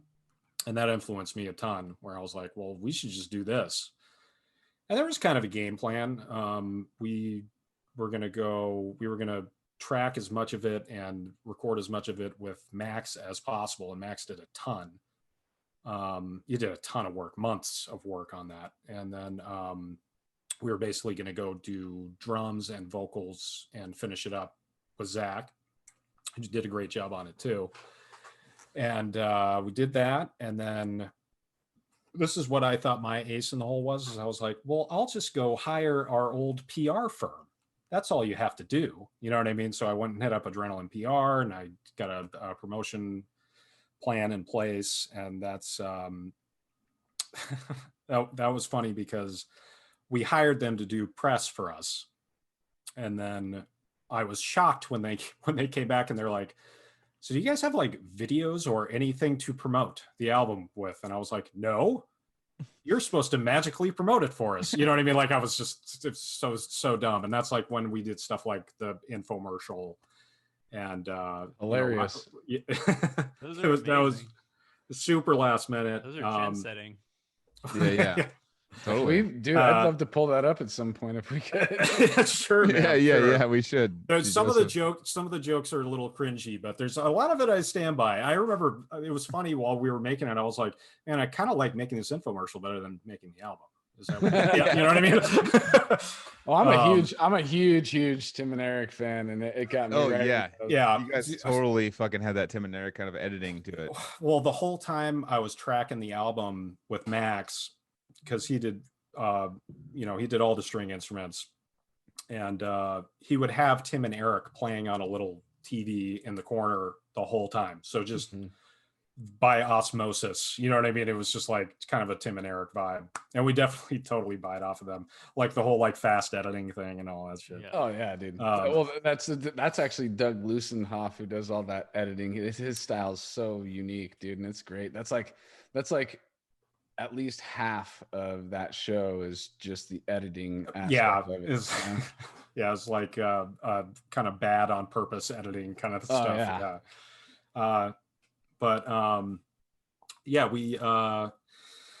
We just put that album out, and it was kind of supposed to be sort of a farewell, and it kind of ended up being that. I mean, when the album started taking shape, and then Riley started doing his clean vocals, and we were doing pre-production of that and seeing how that was going to sound, because we were it was a kind of a cagey thing, you know what I mean, where we were like, well, we have these songs, and I'd kind of written them to have clean singing, you know what I mean? I was kind of forcing the issue just with the writing, you know, and just being like, let's just do it, man.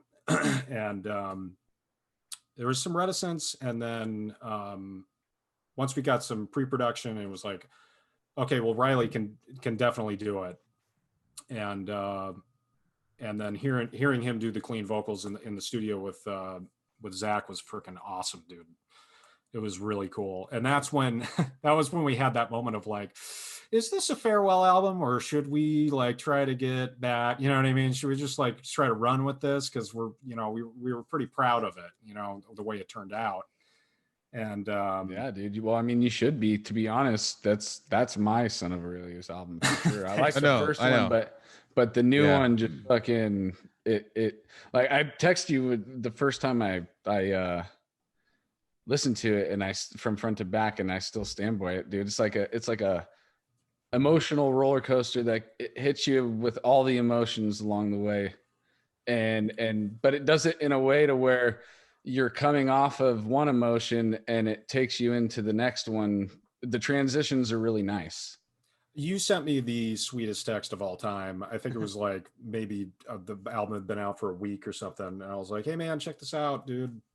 And you sent me this like giant paragraph, and you're like, dude, I took an edible and listened, and I went on a journey through. I was like this big long text. It's such an Anthony text too, dude. It was really nice, man. Because I remember exactly where I was. I was like in the parking lot at 24 Hour, like waiting, like gonna go work out. I remember getting this big long text, and like I was just like, holy shit, that is so sweet, man.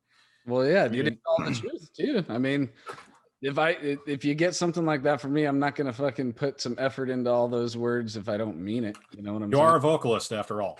Yeah, dude, and I do like writing, and I do like expressing my emotion through writing. So you got that.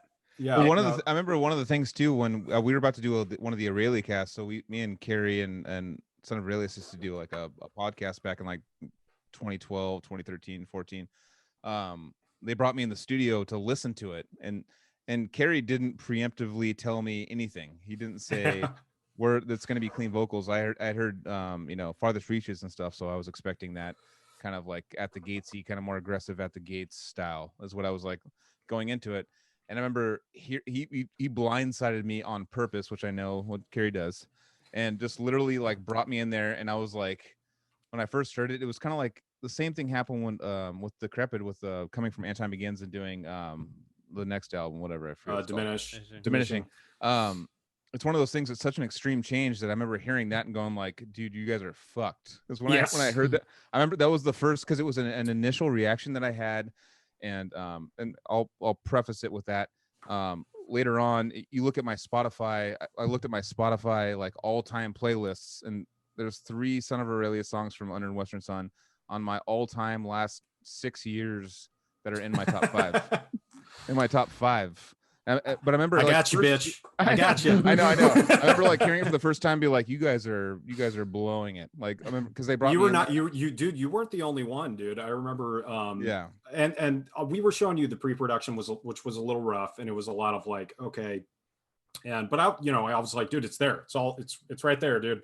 Yeah. But because we also showed it to I don't know if you guys remember Brian Shields. Rest in peace. But shout out to Brian Shields. He was actually at that show that I was telling you about, the Severed show that you played. He was there. Yeah, he was at a ton of stuff, man. I mean, he was like very, very involved in the scene and a great guy, and a huge, he was really into Son of Aurelius, and I remember showing him fucking Under a Western Sun stuff, and he had basically the same reaction. Like he was like betrayed. I remember he was so bummed on it.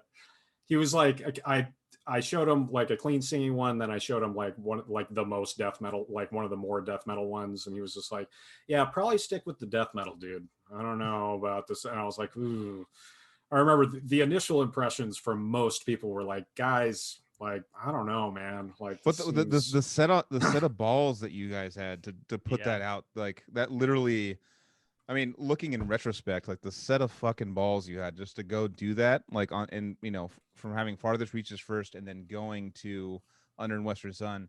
And especially when you guys knew the blowback was coming, because you knew that, it was all screaming and it was all like, more aggressive vocals the whole time.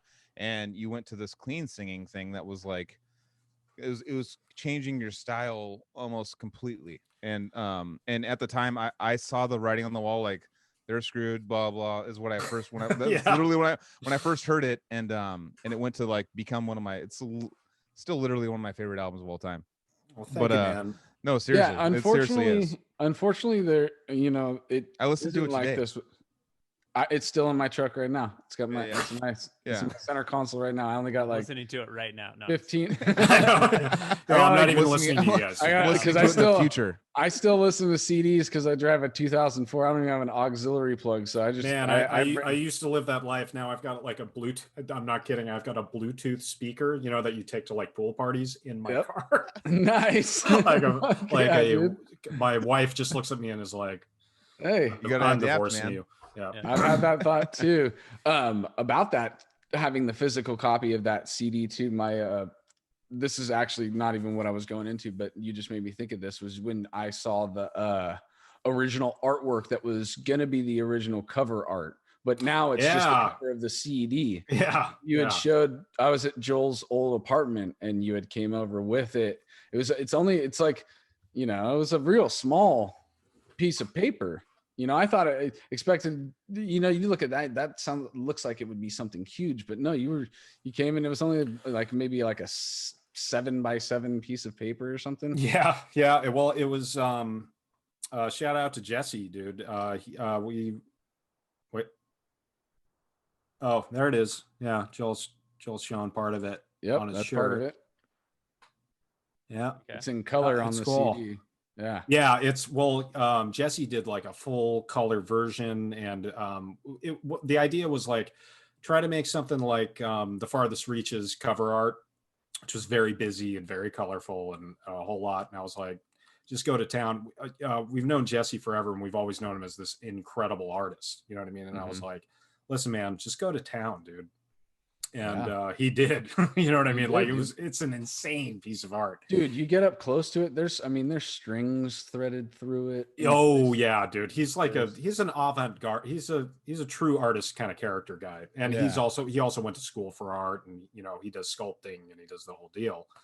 But the actual cover art, it's so strange because he got that done and we were like, oh my God, we couldn't be happier. This is amazing.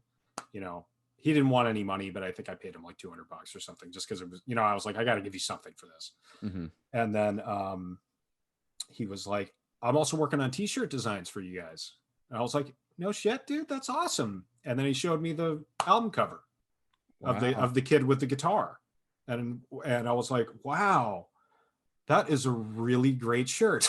You know what I mean? Yeah. I was like, that is a killer shirt. And I took it back to the fellas, and we were just kind of like, I think this is just the album cover, dude. Like, just black and white, just keep it super simple. And I, I, I remember when I went back to go tell Jesse, I was like, I think that's going to be the cover of the album. I feel like he was just like, man, I spent 30 hours on that. You know what I mean? Like, he was kind of like, what? Like, Yeah. if I knew, I could have done this much easier if you just told me, or something like that. But that's why we were like, okay, well, we'll make the CD imprint the really crazy art, and then I like the that simple art for the contrast cover. too, how it's nice and, it's poppy with the white and on the black on white, and it's simple and it's powerful. Yeah, it just seemed, And then you open it up, and then there's all that what Jesse did, and you're just like, wow, I like that contrast. Thanks, man. Yeah, no, it was cool. God, all these memories are just kind of coming flooding back in a weird way. Yeah, I remember hearing the pre-pro stuff. I remember that you guys recorded drums for the album quite a bit before, the album came out. So like Spencer had pre-pro stuff he was showing me and other people who would like come jam with him. And I remember him just being like, yeah, we're just doing arena rock for this album. Yeah, there was totally, dude. Yeah, go on. And he just put on one of the songs, and I remember just making eye contact with my friend. It's not quite the Joel, like, these guys are fucked experience, but I remember just thinking like are we gonna like this, or is this the good, is this the good kind of like you're gonna like this eventually, or is it the this is a mistake and this is gonna sound so cheesy? Because at the time it just wasn't sure, but it, along with Joel, it definitely went to that. This was just forward thinking, like it just was the kind of thing that takes a while to really appreciate. And there's been many albums like that. There's been like the if you think about when Cynic came out with Trace and Air, I was, I liked Evolutionary Sleeper. I was like, okay, I like this song, but the rest of the album I'm just not into. That. I'm like, I'm not into the rest of the album though. I don't, it was one of those things where I was kind of had some pushback, and I think it's a sleeper album for you, an yeah, exactly. Sleeper. Yeah, but no, it's one of those things where, especially as a metalhead, I think it's very common with a lot of people where you come into an album where it might be more, it's not really your forte. Yeah. It's kind of like, it's kind of going outside your boundaries of where you want to go, and what you think is cool at the time, especially growing up, like what me and Cary used to grow up with and stuff, and like how we rated things and how we thought things. Oh God, we were brutal, dude. We were brutal. We were brutal, and totally. To your guys' credit of being like a little weird, when you first heard the pre-pro. I mean, they're bands, that's an easy thing to fuck up. You know what I mean? Unfortunately, where it's like, totally. And this is. I remember when I was first talking about it with Riley, my memory of it, and my memory is horrible, but my memory of it was I think he posted a video of himself singing like a Beatles song or something like that. I was and he was like kind of belting it and like really going for it on this Beatles song. And I was like, well, shit, man, I didn't know you could, I like your voice is awesome and you can, clean singing, man. Holy shit. And I remember talking to him about it, and I was like, hey man, would you want to do clean singing? And there was a point in time where it's like, is this even Aurelius, or is this another band? Should we start another band? But whatever. And we were talking about the songs that were being written and stuff. And I was like, hey, do you want to do clean singing? And I remember the thing that we all kind of agreed on was like, we all kind of want this, but the only way it's going to work is if you put your entire ball sack into it. You know what I mean? Like you gotta go for it. There can't be any whiny shit there. You know what I mean? It can't be, like, I don't know, especially at that time, there was some bands dabbling in clean singing, and then it would just immediately go into like the super high pitched, like, I don't know, like Avenged Sevenfold. You know what I mean? I don't know. Just very high pitched, kind of like safe, like, here's our clean singing part, here you go. You know what I mean? And the whole idea that we were like, well, do it like belty, like almost like Devin Townsend-y, or don't do it at all. You know what I mean? And I mean, credit to Riley, man. I mean, talk about you know, talk about balls and doing something. I mean, it was mostly him on the line. You know what I mean? I'm sitting back here doing guitar solos. You know what I mean? You're like, And, yeah, go try that. Could I you know. do- I was like, dude, sick, dude. Yeah, yeah. Put your entire soul on the line. You know what I mean? yeah. And I'm back here going like, you know what I mean? Like, and I was very invested in and all the rest, but I mean, he really had to put his voice literally on that, and Yeah. and he killed it. I know, you know, there was some definitely people that weren't into it, and I felt like there wasn't a ton of that, but I know that some of that stuff definitely got Riley down, and it's too bad because I don't know that we would have continued on anyway, but I mean, if we want, we can talk about the last show that Aurelius ever played. Do you want to talk about that, Joel? Yeah. I'm going to go to the restroom real quick, but Okay. So yeah, no, as far as like, I don't know, that one of those things where Riley just pushed like that takes such balls to me to go from like a metal band to like, I don't know, Decrepit did the same thing though, because I remember hearing going from Anti Begins to Diminishing and being like, dude, I was like worried. I was like, you guys are gonna get blowback. Like, you guys aren't doing the same fucking thing. You guys are doing like a more melodic version of it. You guys are, you know, and you went from the most brutal band of all time to melody, like, you know, and yeah, they, it's a good even, point, but that's only on the guitars, you know. that is true. That Like, is true. Imagine if Bill Drums were started gone. like singing. And I listened to that. I listened to it Yeah. yesterday. I listened to Diminishing for the first time in like fucking 5 years yesterday, and there's some really fucking cool drums, Casey, on Essence of Creation. That's like, I remember like listening to it, going like, holy fuck! Like, there's a lot of prog, like cool influences that came in across. That Casey basically took on, was like, all right, you guys want to do like melody and shit? Well, I'm gonna fucking throw Neil Peart and Danny Carey in the mix. You know, like, it actually kind of made it cool and progressive, like on the top end of it. So, Well, thanks, no, man. I grew up on that stuff, and my teacher was really into that when I was in high school. So just Essence of Creation. I listened to that. I listened to it twice yesterday on my drive home. I rewind it and listened to the That's whole a thing great again. song. Yeah. Yeah, and I was like, fuck, man, this is like, the drums are just so good. And even with the re-recording of Van Time Begins, I listened to that a couple times too, and was like, fuck, man. I don't know. Real quick, So, while Carrie's, he's just walking in, but real quick, dude, I just realized now we're like an hour and a half into this or whatever, and I didn't say anything about the intro. I So- was gonna, dude. Now you're gonna Look, start. I yeah, thought we were just fucking- not talking about it after. what, Well, Dude, you guys, that after was you such a didn't. sick that intro. was such a good intro. Like, Dude. Yeah, dude. So shout out to your homie Joseph. Give him a shout out real quick. Chris, what's his last name? Beetle. Chris Beadle. Yeah. Yeah. No, Chris Beatty. Oh, Beatty. Shit. But there's also a Chris Beatty who's in like Hatebreed or something. Wait. let me Oh check. yeah, he's like the bass player or something, right?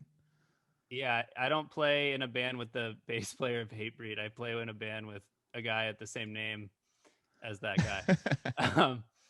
Shout out to Chris for the intro. Super sick. Yeah, which the collab we're editing between- and post into the shit, and it'll be fucking sick. And I made the video to accompany it, and yeah, dude. And the drums too, right? and I programmed those, yeah. Hell But yeah. Chris wrote that song, so he's my like guitarist right now. Like, I'm doing all kinds of stuff with other bands, but What's the band he's in? like Dreamer is the name of the Dreamer. band. Fuck yeah. Yeah. Dreamer, you and him and Dreamer, right? Yeah, we're working with some other really talented individuals at the moment. We've just onboarded them, so we're like putting together like a live lineup. Did he kind of record thing. that in his room or something? Like, that sounded like legit. Dude, all it takes today, honestly, he has got really, really great guitar equipment and recording equipment, but that's like, I know he uses Get Good drums, and the bass sample, is it like Eurobase? I think is what, yeah. Okay. Yeah. So Oh, it's- sure. That plug in. As you do. Superior Drummer 3 with one of the Get Good drum expansions, and Eurobase is what I'm totally glad I bought all the other equipment that's not that. I got like Easy Drummer and like I got like all the other shit that's like not that. Yeah. Yeah. No, the song is seriously impressive. It sounds awesome. I know. It sounds like I thought It's really literally cool. I thought he clipped it from like a Discord or Deeds track and just like made something else. I'm like, oh, that's cool. I had that same moment when Casey showed it to me earlier. I was like, Sounds a man, legit I don't. recording. They're gonna get a copyright strike on this. Dude. Yeah, I don't know. yeah. You know what I mean? I was like, Yeah, dude. I like mean, I'm not. Ex- No, I it can't- sounds high quality as get fuck. what they're Yeah. what he's doing with it though. He's paying his tribute to I mean, like the first 4 episodes of this podcast, all those bands. Yeah, Right, right. Totally. It's the Cali Death theme song, so you know it's He nailed it. Yeah, that's what it's Chris, supposed you to fucking be. nailed it. Fuck yeah, Just, Chris. Like, take the style. Yeah, cheers. Fucking rule, dude. Cheers, Sounds Chris. better than Guitar Fuck yeah, Pro. dude. It's fucking cool. Just change Yeah. the name to the Chris Cast and be done with it, dude. We'll get them on. Credit here where someday, credit's dude. due. Yeah, I mean, you know, we're building up. You know, we're trying to like do things in the modern whatever web 2.0, whatever we're calling it. But Hell we're gonna put out playthroughs of the new material that Chris released, and he's got an EP out on the way out.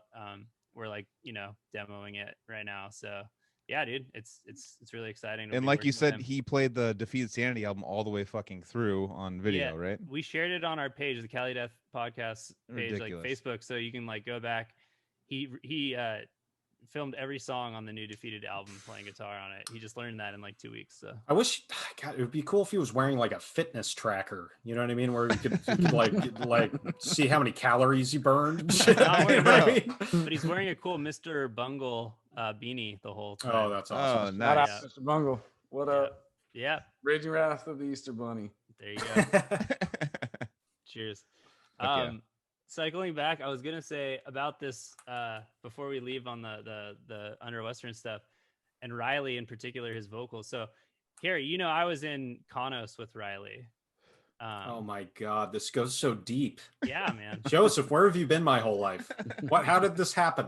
That's what I was trying to explain earlier. Is we're like we're the band that almost was like it should have been me, man. No, I don't know. I mean, I just was like in the No, scene. dude, I went to go see you guys. So I was gonna ask if you ever saw Kanos. Yes, I saw you guys. God, oh man, Joel, I think you were there. We went to a show. That We played like the was Vets Hall once with a band of orcs. That was like this our was worst like show. this was like outdoors. If that. Oh, did you guys that go down to rings a bell. Watsonville and that festival? Yes. That yes. outdoor show? Yes. Do you remember that? Yeah. Yeah. I have God. I have a photo. I Holy have photos shit. from that. That's like an outdoor, like it was like in the woods kind of. Right? Yeah. Oh my God. It was like I gotta a get the name of that, but that was like a little metal fest. It was sick. metal fest. Yeah. No, Yeah. totally. No, we totally saw you guys play, dude. I remember Riley. I now remember shit. you. It's like Yeah, I holy was shit. playing. You know what I mean? Yeah, This is so crazy, dude. If you guys start a band from this shit, I got Oh, I was dibs playing that. You're playing that. Yeah, Damn. six string bass. Yeah, and so Well, now I remember you. No, I'm just kidding. yeah, right. Oh, it's all coming back. No. And so yeah, dude. So I like played with Riley, and then you know, kind of like saw the writing on the wall with Kanos, and went back to school. And then just when Son of Aurelius did Under a Western Sun, I was just like, that's my boy, man. Like, That's cool, man. because Riley used to do like the most disgusting, just craziest vocals with Kanos. He had all these crazy sounds, like ultra gutturals, but also like Yeah, he creepy, was like, almost, like, spider doing, vocals. like Yeah. psychroptic stuff or Yeah. something. You know what I mean? Like He has was, the most versatile voice Yeah. in death metal. yeah. But he probably does actually. I didn't even know that was in him, that album. And I know he also wrote some of the songs on Son of Yeah, like, so he guitar and everything. wrote, I think it's called Blinding Light? Light. Yeah, Blinding Light, yeah. And he also he definitely wrote the whole song. Yeah. Trying to think. I think he tracked the guitar, I think. Oh, that acoustic.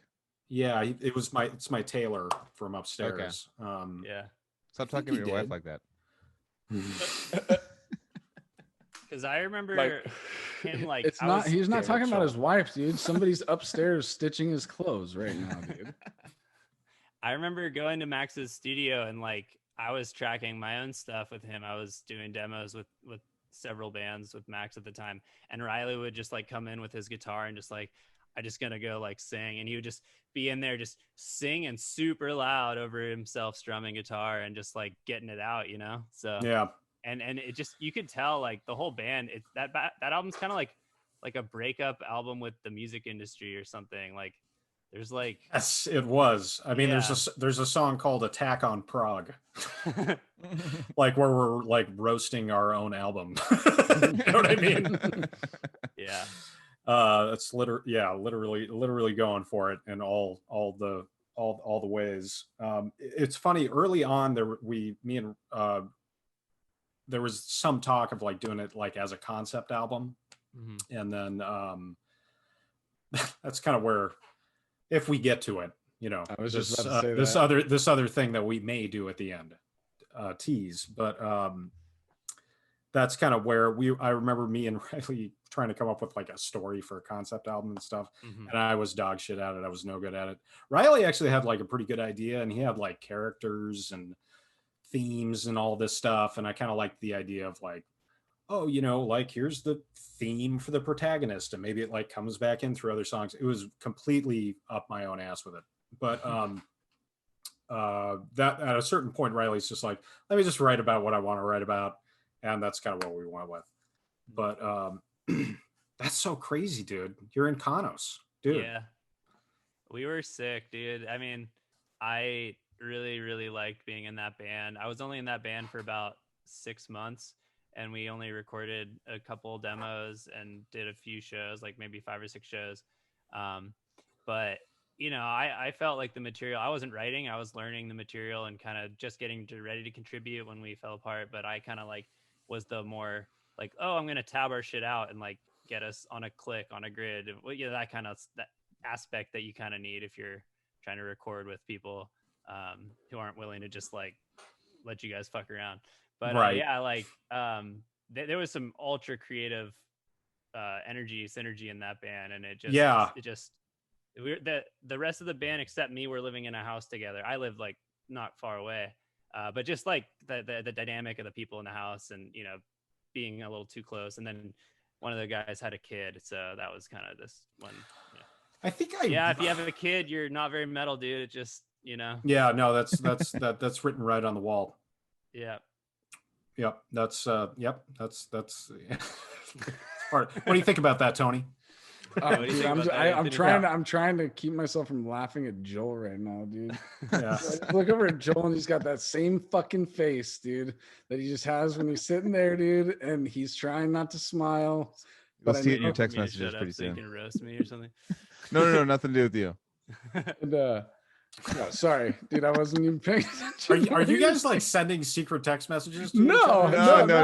we're not. I swear, I just saw Joel's fucking goofy face and I just started laughing, dude. I've been smoking weed this whole fucking podcast. Come on. Oh yeah, no, Joel's face on weed is it's a no offense to your face, dude. It's beautiful face. No it's offense great to haircut. No offense to weed. Casey's about to see it. I have okay. All right. You'll see it. Yeah. Anyways, yeah. So anyway, good times. Before we drop this and move on, I do want to say, Riley wrote Blinding Light, and then I mean the other thing that we did is we just said all songs written by Son of Aurelius at a certain point. Oh, everybody's in on the joke? What the hell's going on over here? Everybody except all right, now I see. I was in the middle of like my no. big last thought on this. Cary had to Anthony had to call me out. I thought I was doing good, but then Anthony knows my fucking half smile face that I can't fucking underplay enough. But I was gonna say we changed there's always this weird part, or at least with us there was, of like, at least on Farthest Reaches in the EP, where it's like, okay, now we have to like divvy up the song credits and stuff like that. And that's always kind of a weird conversation. And sorry, that wasn't. All right. No, but we can go into that Catalyst show if you want to talk about that. I'm totally down. I just want to say this one thing, you guys. Jesus Christ, you just sent me a movie? I just sent you a movie. But Joel sabotaging the totally sabotaging it. What, you didn't have to call it out. It's supposed to be an after pod thing. But video. Dude, Anthony's on your game, dude. I know Anthony knows my face. He knows, dude. Like I see Anthony start laughing, like, dude, is my face doing that thing? And he's like, All right, anyways, yeah. All right, just Son of real Aurelius. quick, Jesus. I just want to say I did not write any of those vocal parts. You know what I mean? Like that. Yeah. So it's weird. It's like when you say like, you know, Riley wrote Blinding Light. Well, it's like he did write that song completely, and then he wrote all of the vocals. You know what I mean? Yeah. Which is gigantic. I mean, there's harmonies. There's a ton going on. Mhm. So you really had nothing to do with the vocal like melody and harmony and stuff. No, it was purely my only input was like purely like just like, you know, like go team. You know what I mean? Like yeah. Don't fuck this up. You know what I mean? Like that was basically what he got out of me. You know what I mean? And, so you wrote all those vocals, and you know, I had written bass lines on all the Guitar Pros, but you know, Max ended up doing, you know, all this all the fretless bass. I mean, he took some stuff that I wrote, but mainly that's all him. And then, you know, Spencer's doing the drums. You know what I mean? So at that point, it was just kind of like, okay, yeah, maybe I wrote these songs and a lot of these songs in Guitar Pro, not all of them, because Max also wrote some and Spencer too. But it was kind of like, let's just all call it written by Son of Aurelius at this point. You know what I mean? Yeah. So that's the only thing I have to say about that. Joel, take it away on the Farclop show. So we're at a band practice, and we thought it would be funny to there's a band called Farclops where it's a one-man project where he records all of his own farts and makes his okay, nice. Yeah. Oh, here we go. All right. You got Go on, Joel. All right. So he basically it was like an inside joke. Actually, I think Gabe Sieber showed this to me in 2011 or 10. And it was this one man project that made a fucking actual like EDM project with his own farts. It's super funny, and it like actually it sounds kind of good and it's catchy. So I showed it to the band when I was. Well, I had skipped, known about it since before then, but like we had skipped a big section where Cary was like, "Hey Joel, I want you to play in Son of Aurelius," and I was like, "Nope." Oh right, yeah, And I was we should probably get into that. Yeah, I was immediately. Just real quick. Cary was carrying his salesman mentality, who's like probably the best salesman I've ever met in my life. Basically was like, hey, I know you're going to say no to this, because he already knew the preface. He's like, you're going to say no. And I was like, what do you, he's all, just play with us live. We're going to have fun. Let's just play it live. And I was like, nope. He's all, no. Just learn one song. And then like, cause it was like before, I don't think Under the Western Sun, maybe it was coming out. Like it was not out or was about to come out or something like that. And I was kind of like, I already had the writing on the wall thing in my head where I was like, I don't want to. I knew it was a hard no, but I just knew I could get you, bitch. Oh, sorry. Yeah, no, he's like, before you say no, just learn one song, because I was playing bass mainly only at the time, and I was like, all right, I'll learn one song, and I learned it, and I was like, this is so much fun. Send me more, and he kept sending me more songs. I'm like, oh my god, and we jammed with Spencer and stuff. I'm like, this is so much fun. I'm in. So he gets me in the live lineup, and we all, me being the fucking wacky dumbass that I am, I think it's funny. I'm like showing Farclops, and then the discussion becomes between every Son of Aurelius song, we should have Farclops playing. Like it's like this farting band. Can I extrapolate a little bit? So there's this band Farclops. Is anybody familiar with Farclops? I don't think anyone is. They still only have 10,000 views on it's their YouTube. Really, it's super dumb. It's basically it's like very competent fart EDM. Like this guy recorded a bunch of his own farts. It's very homegrown, very farm to table. And he made these like pretty catchy songs, but it's all fart noises. And we always thought it was hilarious, me and Joel. Yeah. So there was some pitch, because here's there's that goofy moment in every live set where you're like, okay, so in between the songs, what samples are we going to play? Are we going to have like, and usually it's like big symphonic opera shit. And you know what I mean? Like, you want to keep the vibe going. I'm not talking shit on any of that stuff. I'm just saying like that was the go-to was like, oh, we're going to play Hans Zimmer in between every song. And then we'll go into the next song or whatever. So there was a pitch at some point that was like, it was kind of a joke pitch at first, which was like, dude, how funny would it be is if between every segue of every song, we just played fart clops. So all it was is like, we'd have these super serious Under a Western Sun songs, and then in between it would just be farts. And then we'd go into the next song. Like that was the sample in between. Instead of like the symphonic shit, it was just farts. How'd the crowd take that one? And at In first, the beginning, everyone was it was on a board. joke. No, it Yeah, was yeah. a joke at first. It was a Yeah. big ha-ha funny joke.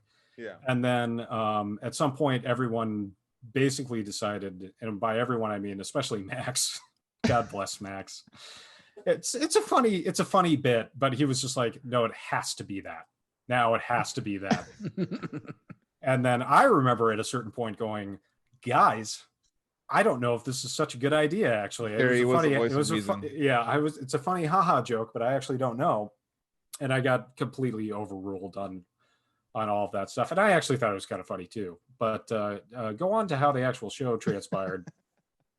So we had Max. Speaking of Max, had everything pre-programmed through an iPad that would literally change our amps to clean and dirty and do everything for us. And in between the songs, would play the samples, would do everything for us. It was like this supposed to be just fail-safe, kind of like it's gonna fucking take care of all of our fucking in-between shit. And it did. I mean, when it worked, it did. When totally. it worked, yeah. So, but then we show up, and then he's like, "Oh, I don't have the adapter," you know. And we're literally playing for a sold-out show at the Catalyst. It's Contortionist, Polyphia, Son of Aurelius, and a couple other opening bands. And so it's a packed house. And now it's time to fucking, you know, put your fucking wheels to the ground. Are you gonna fucking play fart clops for everyone and do all this? Are you really? And everyone's serious, like got the cross arms serious prog nerds are there. Just going like, it would have been hilarious if you guys stayed serious too. Like, the crack a smile. That was kind of the idea. That was the idea. We'll get to it. So we couldn't find the adapter. Joel Haston, I love, one of my best friends. He is the promoter of the show, and he's texting me, we can't find the adapter, and we're trying to find the adapter, and we're like, we're taking way too long to set up. We're super late. We're like 24 minutes too long. Like trying to set up, and we have like a small little set to play. And he's texting me on the stage going, what the fuck are you guys doing? What the fuck? And then we're looking for this fucking stupid adapter, and then Spencer is like running around, and he falls off stage, twists his ankle. This is all going on. We're like, it's the most nightmare situation ever. He like this is before the set has started. Yeah, the farts. He thinks this is before the farts broken. He thinks his ankle is broken. He thinks his I think it was broken. He broke it. It was after the show. I saw his ankle. It was a goddamn cantaloupe, and it was all like. Did he played his show nevertheless, or? It was about 3 songs. It was about 3 songs. We had to cut it way short. And I remember talking to Spencer. I was like, "Hey man, do we need to call this off?" Because he took a spill, and I mean, he couldn't even walk. He thought there was a step off the atrium stage. He thought there was like a step and another step, but he didn't see the first step, and he walked into it like there was a step there, and just hyperextended, twisted everything, like the worst fall I've seen. And pre-show, and it was just like everything is going wrong. I'm sitting there just going like, and there's just a fucking packed house staring at all us. And it's the worst. It's the worst situation ever. Yeah. And then the farts, we play a song. So we're like we're redlining it, like the first thing I'm like, are we gonna play the show to Spencer? Because I was like, well, we'll call it off, dude. Like, if you can't play, you can't play. Like, dude, you're injured. You know what I mean? And he was like, let's just do it. And I was like, okay, well, we got to start it right now. And we started it, and it was like the most stress ever. And I felt like we played well. Yeah. And there was some minor, monitor issues and stuff like that. But then, we just get to the end of this and just farts play. So I can't even imagine Joel Haston just fucking like after all of that, like half hour late and shit like that. Like just playing first song. It's like, okay, they're finally playing. They're getting through this first song. Awesome. And it's just like, you know what I mean? Like it's in hilarious. Between. Like I would think like after all that, you'd be like, you know what? Fuck the fart. Fucking samples. No, it was all automated. There was no getting out of it. Once you press play, you're gone. Like there's nothing. We had committed to the adapter, is what you're saying. I think there was some sort of adaptation, but but no, it was literally like and everyone in the audience that were that gave me feedback were like, oh yeah, the farts were playing, but they were like peaking and even farting through the speakers. So there was not even like the farts didn't even come through correctly. Like nothing came through correctly. You guys like couldn't hear this, that. Your farts were fucking like blowing up the fucking PA. Like Yeah. and no one was like I remember like Riley was like dancing like during the farts, and I was sitting there just going, and everyone's just like this. Like during the Yeah, farts. And I'm it like, was okay, not. It did not go over well. It was the last show that Son of Aurelius played, and in many ways the best. I remember I was very happy with my playing that night for whatever that's worth. yeah. I remember Even the though songs. you guys were changing the set like in mid set, and you were like, we're gonna play the song instead, and I'm like, cool. And I didn't hear what you guys said because I'm fucking deaf as fuck. And I went into the wrong song immediately, and like, and I caught back on though. Like I was like, oh shit. Yeah, that was like, minor. That was minor. But you guys remember Riley was looking at your direction, like, we're gonna play this. I'm like, I'm like, what are you guys playing? Like, I have no idea. I remember that. Like, what the fuck is going on? So yeah, it was pretty much one of those Maryland Death Fest nightmare situations where, you have a bunch of people staring at you unimpressed, except your friends are like. Your friends are still, they look unimpressed too. Like everyone looks unimpressed. But yeah, I think we were playing, reading into it a little bit too much, because I mean, I remember, people were like, dude, yeah, six set. Dude, everyone says six set though, huh? Yeah. No, I know. Can't necessarily count on the six set, but I don't know. It was fine, but also like that was the last show we played. I mean, looking back on it, it's fucking hilarious. It's kind of perfect for that. Yeah. At the time, it was a fucking nightmare. Yeah, that's the kind of dumb shit we were doing, dude. Infomercials and fucking fart sets, dude. Joel's in the infomercial too. You were along on this ride. Yep. With my little Archspire thing, right? The Stay All right. Tech. Yeah. I know. We kind of were throwing some shade out there in that infomercial a little bit. Well, I think when Joseph gets back here, we'll mess around with doing some albums you liked from 2020. Yeah. Oh yeah. Everyone has their list completely prepared and collated and notes and the whole deal, right? Everybody's got their list, right? I got mine. I got your list. I've got there's some stuff on here. Yeah, actually. No. Some of these are honorable mentions, but I just we'll go through it. So Joseph, I was saying, do we got through our big fart show story, the fart glops show, but yeah. But I was thinking, do we want to talk about some of the albums from 2020 that everybody liked? Yeah, I'd love to do that. Well, how do we want to do this? Do we want to go in order? Like I start with one, and then maybe we do Joel. I'll start. Okay. New Defeated Sanity. Is it on the list or isn't? It isn't, but it's definitely in there for me too. Yeah, that's my vote. New Defeated Sanity. But yeah. Okay. Well, it's not a vote. We're not doing best album of 2020. It's the best. We're not doing that. Don't prove me wrong. No, I mean, I love like Nucleus. I love all these other ones. I'm just sorry. I'm spilling the beans quickly. Well, I mean, that's the other thing I want to say is we're not doing a top 5 of 2020 or anything like that. I just wanted to talk about some of the albums that we all dug from last year. Not an ordered list. Not handing any awards out. One for me actually isn't. I don't know if any of you guys have listened to it, Joseph. I don't know if you know this band, Imperial Triumphant. Yeah. I know the hype. Yeah, I haven't given the album a full sit, but I've watched the videos and stuff. I need to do the dive into that. Yeah, I mean, it's an acquired taste. If you got to be really into the avant-garde and what would you compare it to? Well, I mean, their album before the new album, I can't really pinpoint anything I can compare it to, because it is really unique in itself. Like it's a nice blend of jazz and avant-garde black metal, dude. It's like black metal, avant-garde black metal played with a jazz approach, and just some really interesting ideas on the new album. And I mean, the album before that, I used to compare it to, like, I was like, what was it called? Vile Luxury.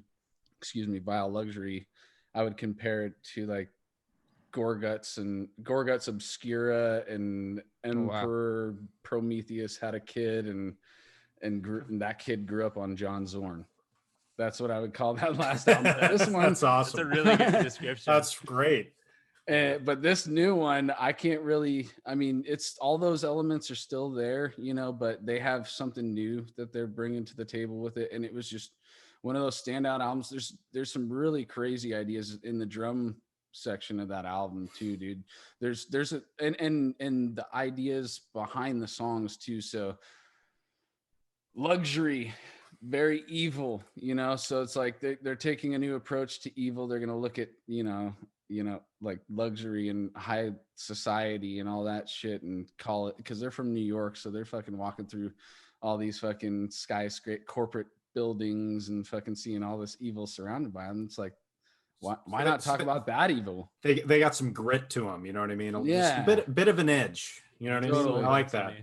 But they got a song called The Atomic Age, and it really, if you listen to it from front to back, it's like, it's a story being told of us dropping the bomb on Hiroshima. But what's going on, in like when things get all scrambled after the bomb hits, there's this one section where the drummer's actually playing a solid beat with his right hand and right foot, like nonstop, like maybe just like a slower black metal split time blast on those two hands. But his left hand is actually speeding up and getting to a full-on blast at the end, when it just starts at like a slow. So he's got two limbs keeping the same solid beat the whole time, but his left hand is speeding up throughout that whole entire thing. And it blows my mind that he can separate his limbs like that. Is that something that you find easy, Joseph or Casey, to where you can actually take one limb out of the mix and do whatever the fuck you want with it while you're playing solid beat with the other limbs? I'm sure Casey can do it better. He's fucking pretty good at that independent stuff. Yeah, I mean, I've seen, dude, Casey it literally is like but it speeds up faster and faster in tempo throughout the whole entire measure, but his right hand and right foot are keeping a solid beat the whole time. I've never tried that. I mean, It's way cool. Yeah. It's actually, I mean, it's just really trips me out to listen to it. So that's just like one of the highlights for me, is that album and all the ideas in it. So the album's called Alphaville, Century Media, Imperial Triumphant. Boom. I like it. Very professional. I just added it to a Spotify playlist. So Nice. I will be checking that out for me too. sure. Hell That's yeah. awesome, dude. Anything Sick else? artwork too. Sick artwork. My honorable mention is actually 2019, and I know I'm coming again with weird shit, but Rainier Landferman's solo album from 2019 came out in December, so I want to just slide it into 2020 for me. Kind of a shout out. Yeah, no, that's 2019's 2020 album of the year. Right there. Yeah, exactly. It's official. But yeah, that's the bass player of Pavor's solo project. All the players from Pavor. I know, Joel, it probably should be an album you listen to, but I don't know if you'll ever touch it. If you like Bethlehem vocals, because he did vocals on Dictus, I can't pronounce it, but there's an album that he also did vocals on. So it's unique vocals, but really cool ideas, avant-garde, cool shit. Again, the name, it's a solo album. It's a solo album, but I can't. And again, it's in German. All the songs are in German, and I can't pronounce it either. Okay. So you'll see some like chick dancing in a ballerina. Dude, I'm listening to Imperial Triumphant right now. Why don't I know about this? I've heard them before a couple of times, and I remember being impressed. But beyond that, I need to go back and. It almost sounds like it's kind of like a Portal sounding band.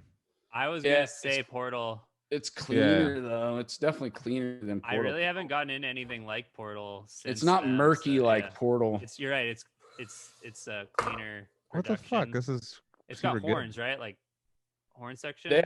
they have a bunch of different shit on. I mean, the drummer from Meshuggah did some Yeah. Holy shit! percussion Really?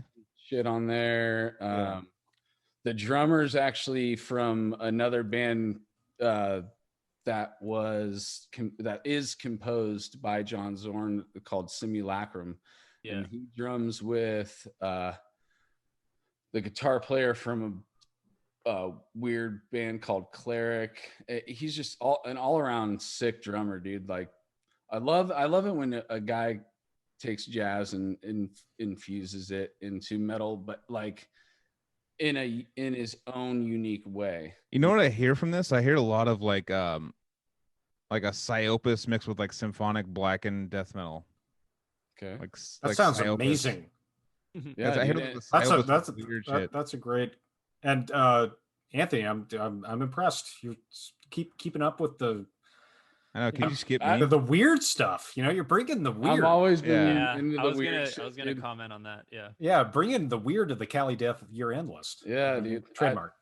I mean, I feel like That's you're a just displaced always- New Yorker. Like, you really should've grown up in- Like Feels he kinda should like be have in a New York Brooklyn. vibe to him. Yeah, nah, yeah. dude. I like my flip flops too much, dude. I can't live in the city. You're raised like that, but you're a New Yorker though. I could just see it. Like imagine Yeah. Anthony like in New York going like, "Hey, what's up, bud? Fucking, Hey, fucking like that's the way I he did. looks. I did feel comfortable when we were in the city on that bloodletting tour. I definitely had fun. You got that Italian blood, that fucking New York fucking Italian Hey. blood. Hey,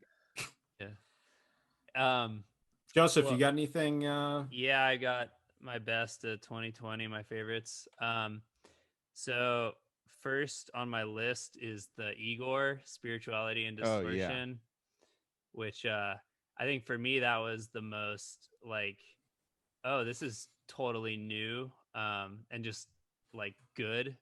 And I just loved what he did with metal and just expanding the sonic palette available, being like a producer, but just recording any amazing musicians he wants, like Erlen Kasperlin Yeah. and George Corpse Grinders on a song. But he does such amazing, like there's that song he did the video for, the like one of the animated videos. I've never been able to count the timing of it. It's like 17/16, but like a little more like 33 36, you know, like something like not on, and I just can't figure it out. And so there's so many ideas like that that make that album really like enriching or just like fun. There's so many treasures Just to ripe find in for it. like re-listenings and Yeah. and yeah. So that one's my that was the most like, okay, this is new. And then in terms of kind of similar in a lot of ways, but my non-metal pick is the new Tigran Hamasyan album. Oh fuck yeah, dude! I loved Mir. What was it? Mockroot. How do you Mockroot. spell it? Tigran? Tigran Hamasyan. He's a Joel, Armenian. I turned I you. I used to play that shit for you. He's the guy who like plays some Meshuggah style riffing on piano, but he shreds around that shit too. Oh, I see. I'm listening right now. Yeah, He's fuck like he's like a new classical or like new music, but he's really influenced by metal. But he's a pianist Mm-hmm. and singer. yeah. Jesus. And he's Do you done, have like, lots of Do you have a styles. tune that you would recommend to like get started? Because I've never even heard this. stuff. Entertain me. Well, I mean, actually, no. Entertain I'm Us, yeah. following the old album. Yeah, so the old album. So Mockroot is great, and what was so good about the new album is that he kind of brought in a lot of the older Mockroot stuff, Hell yeah. and with new layers. But for the new album, I think it just starts off with one of the best intro songs. It's Levitation 21. Levitation. This is 21. the call with. Oh, yeah. Okay, cool. Yeah, from the Call Within.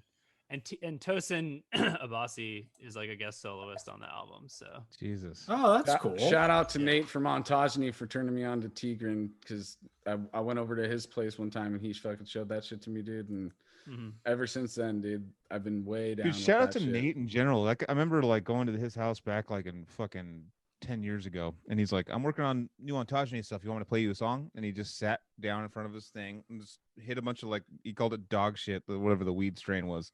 Takes like a bunch of bong hits and and like just starts playing like the most insane shit like in front of me. I'm like, and he's all and he handed me the guitar afterwards. Like, well, no, dude, I don't want to fucking play that thing. Like he just fucking like, it was so good. He's using all these like super fucking jazzy chords and I'd love to have blew me him away, on man. soon. I know I've talked since the kind of the beginning of this, and You got to do I that. want to squeeze him in as soon as possible, dude, because I want to hear Yeah. some progeny, some anonymous stories. He's got some fucking stories Oh yeah, he'll be on that intertwine with us, you know, Soul Yeah. Sunder, yeah, all yeah. that shit. So yeah, Nate will be on a very close. Damn, dude, these fucking lights are flashing right now. He'll be on a very near future episode for sure. Oh yeah, Chilling. That's awesome. Yeah. So just to close out real fast, I don't need to talk about these, but like other albums, Deeds of Flesh, obviously Nucleus is like one of the crowning achievements of Cali Death, and just like I don't know, I haven't found the right word for it, but it feels like the era is like formed now. Like we can talk about an entire like finished kind of period of time with it. And then I like how you put it that way. I was Yeah. listening to that just recently, like yesterday, and I was Yeah. like, it's like it's genre just- defining, I think is the best yeah, way to it put is. It's like it's just freaking solid. And I mean, it's just a grab bag of great riffs. You know what I mean? Like it's just got like some really great ideas, and it's good from top to bottom. I mean, it's- what's not it's to a- like, dude? Yeah. it's a lot of fun. Yeah. Totally. It's super fun, and just everything good about death metal's in there. Like every good idea that you can pull. Yeah. I knew everyone. Fuck Okay, yeah. and then other so Dreamer, hearing their music and me joining that project. So you know that those were 2020 releases. So that's my like local shout out. Nice. That stuff is sick. And then from last year, 2019 stuff that was what I listened to the most in 2020 was the Cattle Decap album, Death Atlas, and Shadow of Intent, Melancholy. They're like the sickest new band. I just bought their sweatshirt, that camo sweatshirt. You went for it, man? Yeah, I went Nice. for it. I was like whatever, Nice. $50. So Shadow of Intent, they almost have like some metalcore leanings, right? Yeah, they're Leaning, A like, little yeah, bit leanings. I wouldn't call it them a metalcore band. Yeah, but for sure. So- No, I agree with remember that. listening to it and just being like, "Holy shit, this is some blockbuster It's like one of those fucking metal." You It's know one what of I those mean? Like, it's one of those Dan Kenny texts, like you got to listen to this, like yeah. right away. Yeah, Because it's I one of remember hearing about him and I was like, okay, let's see what the hype is about. And I was like, the hype seems well founded. You know what I mean? I was like, this seems like Totally. extremely well produced, especially really like cool they have stuff.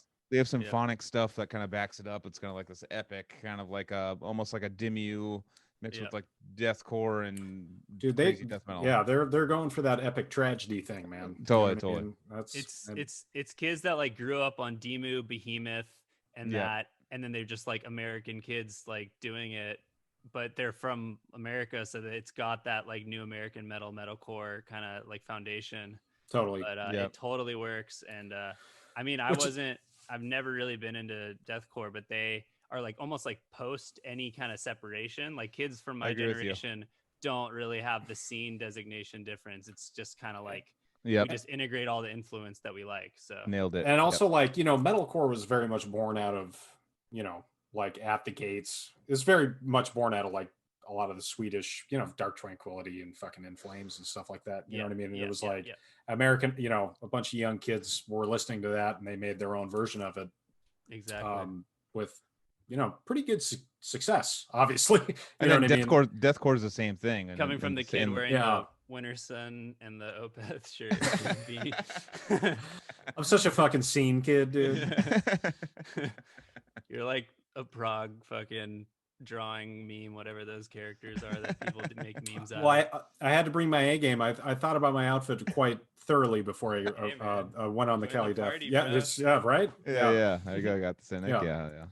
Chilling. So anyways, I went on a long one with a lot of shit. So you guys, Well, I'll segue on the for mine because you're staying on the prog game, and Cary knows exactly what I'm talking about right now. I mean, for death metal, obviously Nucleus has, you know, that's been in my rotation like fucking. Can I guess two of them? I already know you already I know. already know. Yeah. You know what? Go ahead. I'm sorry. I don't mean to So interrupt. my rush brain and my you know, coming from that kind of catchy, keeping things like what Cary was saying earlier, kind of keeping things, you know, technical but catchy. Like that's like my favorite. As I get older, that's like what I want. That's like what my brain needs. Like it's not I know you, like Anthony's more like avant-garde, like going like more like out the extremes, like trying and to lots of hip hop too. and still though, Anthony actually showed me Igor, to his credit, in like fucking 2014 or something. He like Yeah. he showed me like some fucking album they had, and he's all, check this fucking shit out. And I was like, what That's the fuck Well, is I've this? said it before, dude. It was Mr. Bungle that fucked my brain, dude. Yeah, yeah. It really was, dude. I mean, I'm Yeah. wearing the shirt right now. It's like Yeah. being a 14-year-old kid, and then you hear Mr. Bungle. Everything's changed after that. And then Yeah.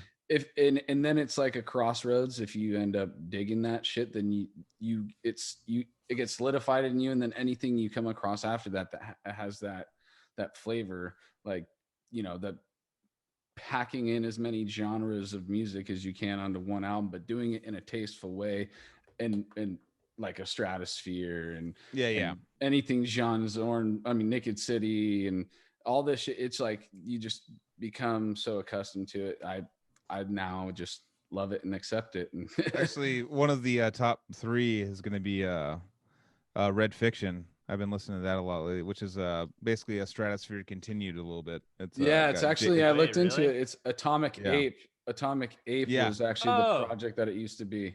Yeah, it just came out about 2 months ago. I just ordered it last week. Yeah, dude, and it came out on Zorn's label too. So Oh, yeah. Joseph, check that out. If you were an Red Atomic Ape Fiction. fan, it's Atomic Ape just with a new name, and then Gotcha.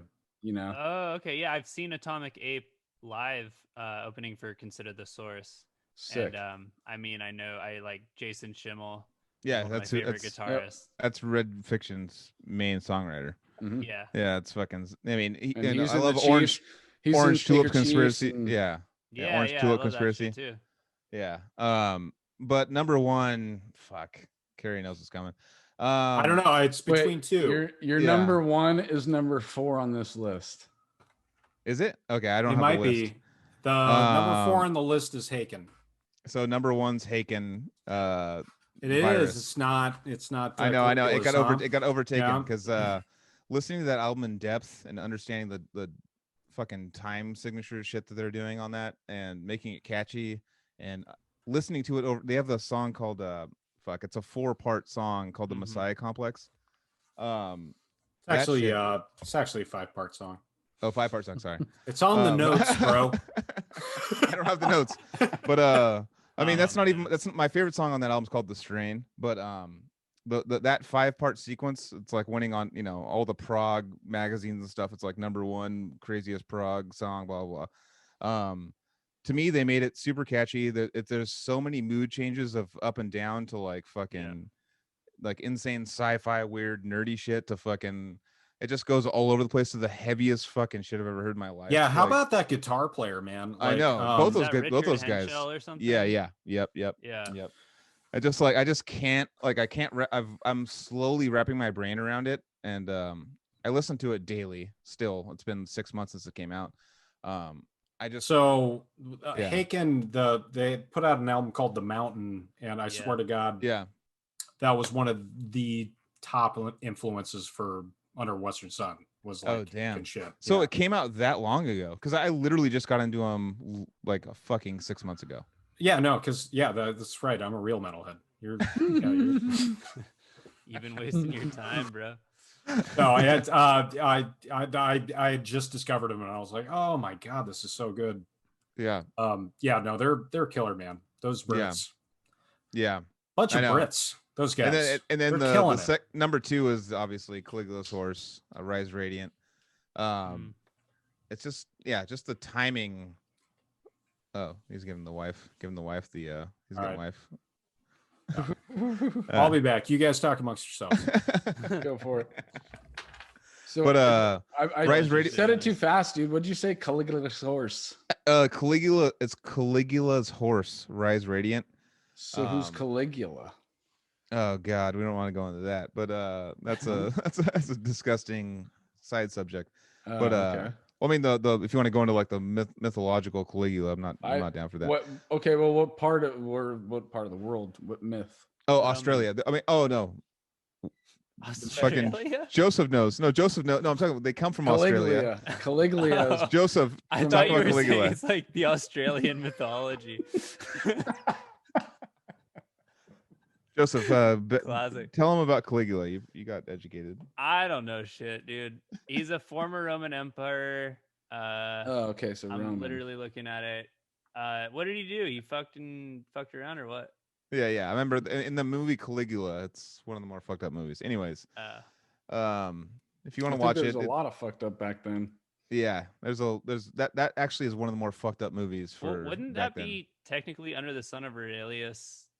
It like, could, theme? yeah, So yeah. Carrie's the expert here, who's not here. yeah. So that's He why he we got don't know what to he tell got you. wifed up. He got wifed up. Yeah, But the no, band.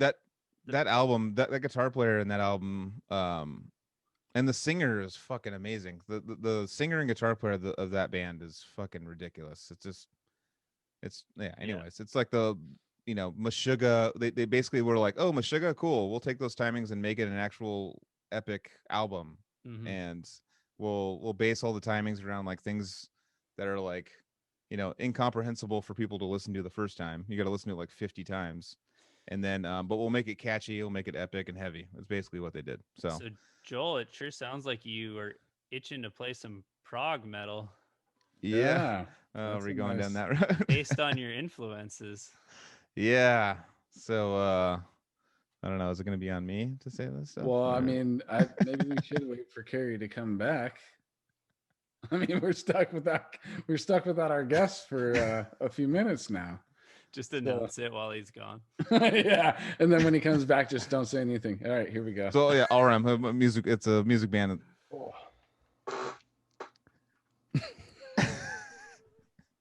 No, we were just laughing because now you're back. Oh, Carrie's got to get his ears in. All right, dude. So you're back. We were talking about how much Joel's super influenced by prog lately and how it's affecting his songwriting, and we're wondering what that means and what the future of that is. Oh, well, I'm glad you asked, Anthony. And I screwed that one up. But yeah, so me and Joel and Casey and Trevor Stewart and Riley McShane, we're doing a new project called AllRealm, and it's going to be kind of a continuation of Son of Aurelius a little bit, but it's basically just kind of like some proggy, metal stuff, and we're hoping to put something out soon. I'm gonna say 2021 is where the rubber's really going to meet the road on it, as far as getting the songwriting done and getting into pre-production and production on it and all that. But yeah, we're all really excited about it, and Yeah. and it's going to be fun, I think. Yeah. Oh Yeah. Yes. I've heard a lot. Yeah, I've heard a few of the songs, dude, or at least pre-production shit, and I was digging it, dude. I'm really liking it. Hell yeah, man. Yeah. I'm super stoked that on top of everything that we got Casey to play with us, because Casey kind of adds that kind of prog.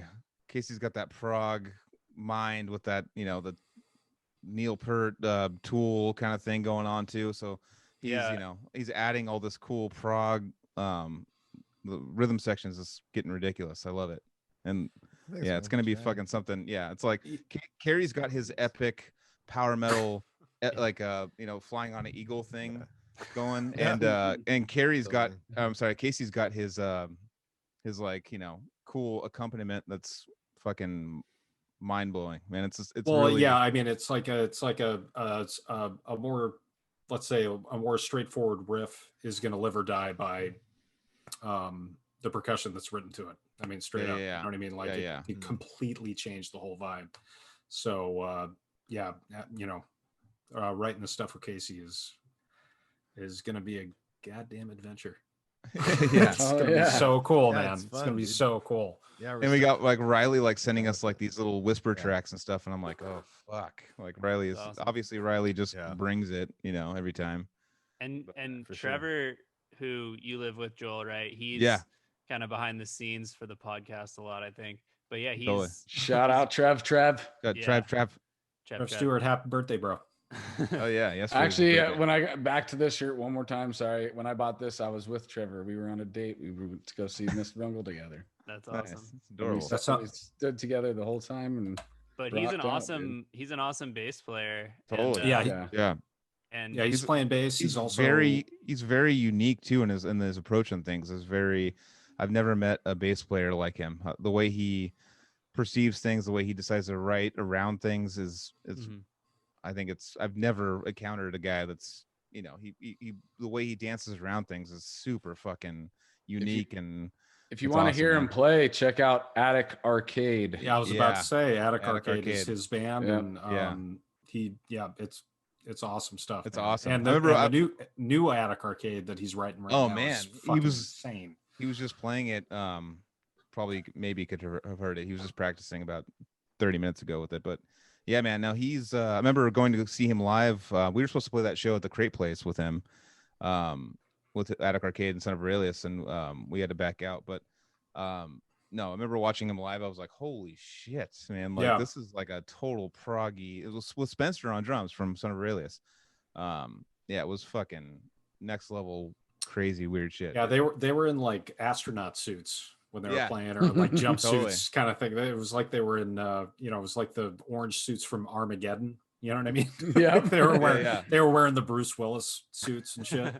Totally. Dude, yeah, and I remember, and dude, fucking Trevor, man. Let's just sing the No. praises of Trevor real quick. Yeah, let's do it. He's the guy's a badass. So, He's when a would- insanely good human being. And when would any of our podcast fans have encountered Trevor if they were buying merch from Decrepit Birth or Son Yeah. of Aurelius on Yeah. stores? Yeah, he really so his dream a long time ago was, to go on tour and be in a touring band. And then he accompanied Decrepit Birth on tour and Son of Aurelius and was like, fuck that shit. I don't want to fucking go on tour. He was like, I'm good with my good job and I'm going, like, I'll play this for fun. Fuck all that. yeah, But he got a load of that shit, dude. yeah, he got straight thrown in the mix with Decrepit. He was like, we were, going on some big tour and he got to see what it was like on the road and was like, he's super glad that he got to get that taste of it first rather than his band getting thrown in the fire. But yeah, we were talking about it last night about like how he went on tour with us and he was like, all right, well, I'm good and I would like to self-produce all my stuff and not deal with labels and not deal with all that shit. Like I'm done. Like I just want to put my music out. I want people to listen to it. That's all I want. Yeah. But no, man, no, he's a fucking badass. He's helped me out so much in my life. Fuck. I made a big post about it for his birthday yesterday. But yeah, he brought me back to Santa Cruz and he got me a cool job and I'm living in this awesome house and he's just one of the most selfless fucking humans out there. Wow. Yeah, so he's this- just he's part of the realm, dude. You know what I mean? Yeah. He is the Yeah. all realm. He Actually, is all yeah. realm. Yeah, Yeah. they all you guys- coalesce around him. You know what I you mean? guys are also in a realm band now. Join the club because I'm in. Oh, Transcend the Realm. Transcend. Yeah, you guys are in All Realm and I'm in Dude. Transcend the Realm. Oh, dude, it's like an Yeah. Odious band. It's like Odious Sanction and fucking. Yeah. Odious Construct. Yeah. Yeah. All I- Realm. Yeah. No. Go on. That was Cary. Carrie's name. Carrie came up with that name. I remember we were there was multiple names we went through, and all realm. He randomly just texted me Yeah, all realm. Like, that's it. I've got a whole list I can bring up. Acidity. No, I'm just kidding. But yeah, no, all realm is what I always called. It was the folder on my computer that was just like, here's just all the songs. You know what I mean? Here's just all the stuff. It all goes in there. It all goes in this folder called All Realm, one word. And then I pitched it to you guys. You guys were like, that seems fine. You know what I mean? Well, just I was doing like, it. all right, yeah. I figured as when I saw it, I was like, it's got to be one word, like no spaces, all realm. It's got to be one word. Like I don't want no spaces in that. I don't want I like the nice circular nature of all realm. It just feels right. I don't know, but no, Cary. I'm gonna go and sing Cary's praises. Cary is, he's talking about the old Son of Aurelius, songwriting shit, how he was nerding out on Guitar Pro and stuff. And I think Casey and Cary are probably the best, like, they know Guitar Pro better than any other humans I've ever seen them. Like they'll be like, okay, we need to add the symphony behind it. We need to like they'll just like in like 6 seconds just be like, oh, we'll add a symphony behind it. It's like super quick, and then like we'll go like and like I literally remote into Carrie's computer and we'd talk on the phone and stuff, and I'd watch him work. I'm like, what the fuck, dude? It's like fucking Rain Man shit. Like it's insane. Like Guitar Pro. I mean, great. once you get used to it, man, it's like, it's just one of those things that you learn, and it becomes a strange. You got to be careful with Guitar Pro because it can become a weird crutch. You know what I mean? Where it's like, I got to make sure I'm picking up the guitar and going through this solo. Well, you're not sure, writing things that are too technical. You're like, that's one thing that you've never done is like you guys both don't do. You guys don't write above your playing ability. If it's always been like you guys understand the instrument matched to Guitar Pro, and like, okay, well, we can write this and this will be doable. We can do this and blah blah. It's not like let's make this riff that's fucking like 16th notes fucking just sweeping the whole thing. It's nothing like that. Well, I mean, here's what I think is the actual like value of Guitar Pro is like when you're playing a riff on the guitar and you're like, this seems like a cool riff, but it would be one of those things where you just forget it or be like, whatever. Yeah. But if you can put it in Guitar Pro and then just put like 24 layers of harmonies on it. No, I'm just kidding. You know what I mean? Yeah. Like then you can then produce that riff on Guitar Pro. Put some basic drums under it. Put a little bass line. We'll do 2 rhythm tracks, and then maybe we'll put a little lead over it and all that stuff, and then you can really assess it as a piece of songwriting. You know what I mean? At that point, as opposed to like it's just it's a way to just cut through like sitting on a DAW and doing all that stuff. Well, did you write on like Power Tab before? No. When when I was watching you and Dan fucking around with Power Tab, I was just like, I remember because there was a brief period of time where I was going to try and do some guitars in Odious, like way back in the Furniture Dome days, and you guys sent me Power Tab stuff, and I was just like, what is this program? What is this? And it was all there. And at the time it was like Nintendo One, like the first. It was like a fucking Atari, dude. It was like the Atari of Tab. Yeah. It was sick though. I mean, well, it worked. It totally worked for what it was. I mean, it's basically the same thing, but did we ever have a jam with you on guitar, Cary? No. Well, I played. Why do I remember a time that you? I played a couple songs. I played a couple of tunes. I played maybe he did a synesthesia duet with Dan, which I made about 75% of the way through, and I felt like Dan gave me one of those, like, you know what I mean? Like he was kind of like, okay, that's not bad. It's not bad. Yeah, because that was a tough one, dude. Yeah. And then I played. That song is actually called Synchronicity, but I know it's the inch you're talking about the called track. Yeah. At the time, it was called Synesthesia. Yeah. The clean classical tune. Yeah. Wait. Oh, am I tripping out? Oh yeah, it is called. Dan? Sorry, guys. Yeah. It's all good. It's all good. Oh. Yeah. So and then the other one I played with you guys. I did play this with you guys was I think it was Vile Progeny. Yeah, Vile Progeny is the other one I played, because that's kind of an easier song on guitar. Did you guys already mention how Cary did the guest solo on the new Odious album? We haven't yet, actually. Okay. Yeah, dude. Yeah, that's definitely not foreshadowing in any sense at all. No. Well, I mean, we try. I mean, it's like I'm not thinking about Odious's album when we're thinking about 2020 because it's something that I did, But yeah, we could even anybody who doesn't know yet, Condemnation Foretold. Yes, there is a epic guitar battle between Casey and Cary going on in that song. That's just a lovely back and forth that is a whirlwind. Mostly Cary on that.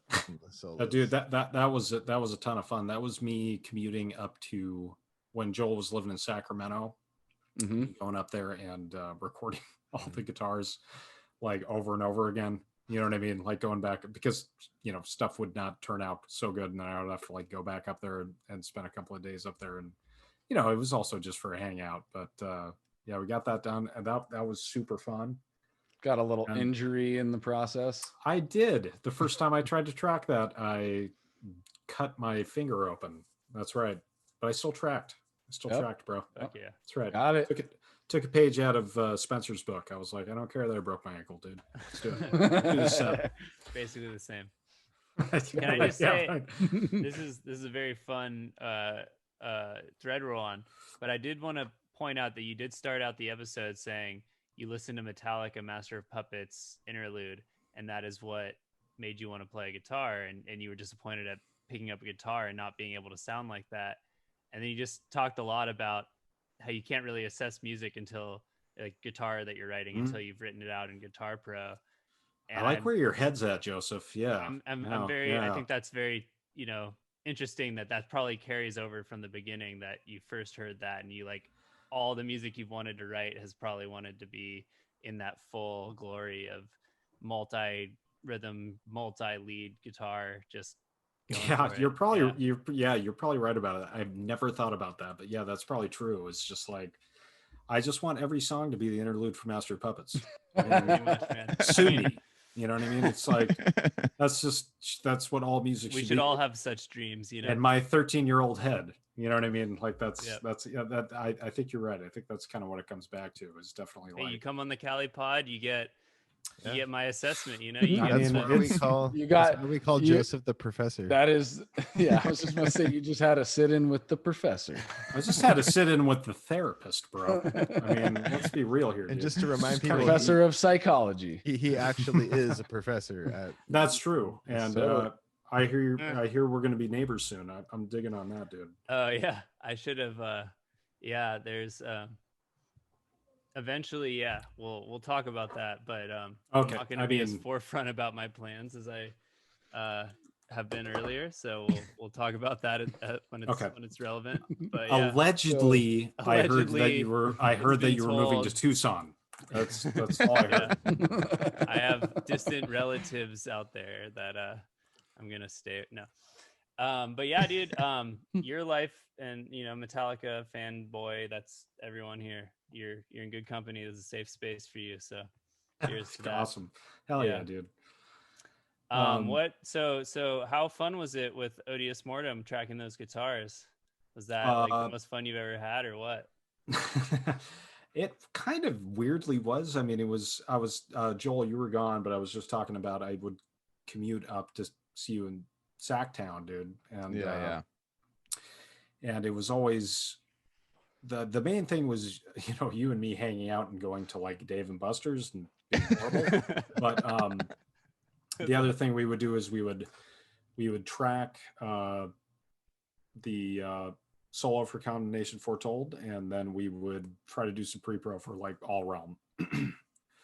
And we were actually pretty productive, as it turned out. You know what I mean? At the end of the day. So Cary, he would come in with like a plan. Like, we're gonna take care of recording first, and we want to obviously go out and put all the beers in our mouths or whatever. But first we have to let's be serious for a second, and we should get the pre-prod done and just do as much as we can, do some solo stuff, do whatever we can, like record. That was like the main goal when Cary showed up, was like, just record. We'll record for 2 or 3 hours. And then after we'd hit a wall, we'd be like, all right, well, I guess it's Dave and Buster's now. That's basically what we would do. We would just go out and just start hitting the town and doing all that stuff. But it always worked well because it was a positive feedback loop, and that you would then have 6 to 7 to 19 beers, and then you would come back and be able to listen to what we did. You know what I mean? Yeah. And it was very important that what we did was good. You know what I mean?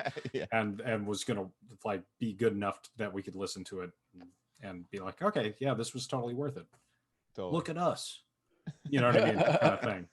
Because we'd wake up, Sunday morning and wanting to, our lives were over Sunday morning because we drank too much. And it was always good that we started off with a positive. We got some stuff done and we got to listen to it. We got to some things got taken care of. It wasn't just only alcoholism. It was It was like, Oh man, getting into the dark Cali death. Cali death indeed. Black and Cali You know what I'm death. saying? Yeah, Black and Cali death right now, dude. No, but because we wouldn't see each other for months and months. So like, Carrie and I are best friends. So we would, when we get together, it's like this instant, like, let's go out and hit the tent. Like we have to do like immediate. It's like, so we had to stop each other and be like, no, let's get shit done first. So yeah, there's a lot of like yeah, trying to make up for lost time Yeah. type thing. You know what I mean? Where Exactly. you're just like, That's what it oh, was. well, I'm here now in Sacramento. So we obviously need to, go do debauchery the whole time. But we were able to get the recording done. And it was interesting. I was talking to Casey about this too. One of the weird things on that recording was that there was like the main track. This is how I always did it. I was like, okay, there's the main solo, and then I'm going to punch in some harmonies, right? Mm-hmm. And I don't know why that worked before, but this time it was not working. Yeah, You know what I mean? It just did not sound right. So what? And I was kind of pushing back on this, and I think Casey brought it up, and I think you said like, hey, dude, like, why don't you just do the solo and punch in the harmonies, like double the solo, like a unison, and then punch in the harmonies when they come in. And we did that, and it clicked immediately. Like it was immediate, like the whole beginning of that solo like sounded way better. It sounded way all beefier. It's like that Nile thing. Remember how Nile always used to say, we use 8 guitars to do one riff. You know what I mean? Like they always did that. 4 guitars on each side. Right? Yeah, exactly. Yeah. And there's not a harmony. It's just we use 8 guitars. Yeah. And that was the first time I was like, oh God, that sure does sound better. You know what I mean? But yeah, no, it was a lot of fun, and I hope to continue. That's what I was writing solos for Odious in the future. Could we get to the? I was gonna say at the bottom of this, the first surprise wasn't the real surprise. We got a double announcement. Oh shit! At the bottom of this page, it says AllRealm and what Odious more. Yep. We brought Cary in full time, but Cary Geare is an Odious Mortem.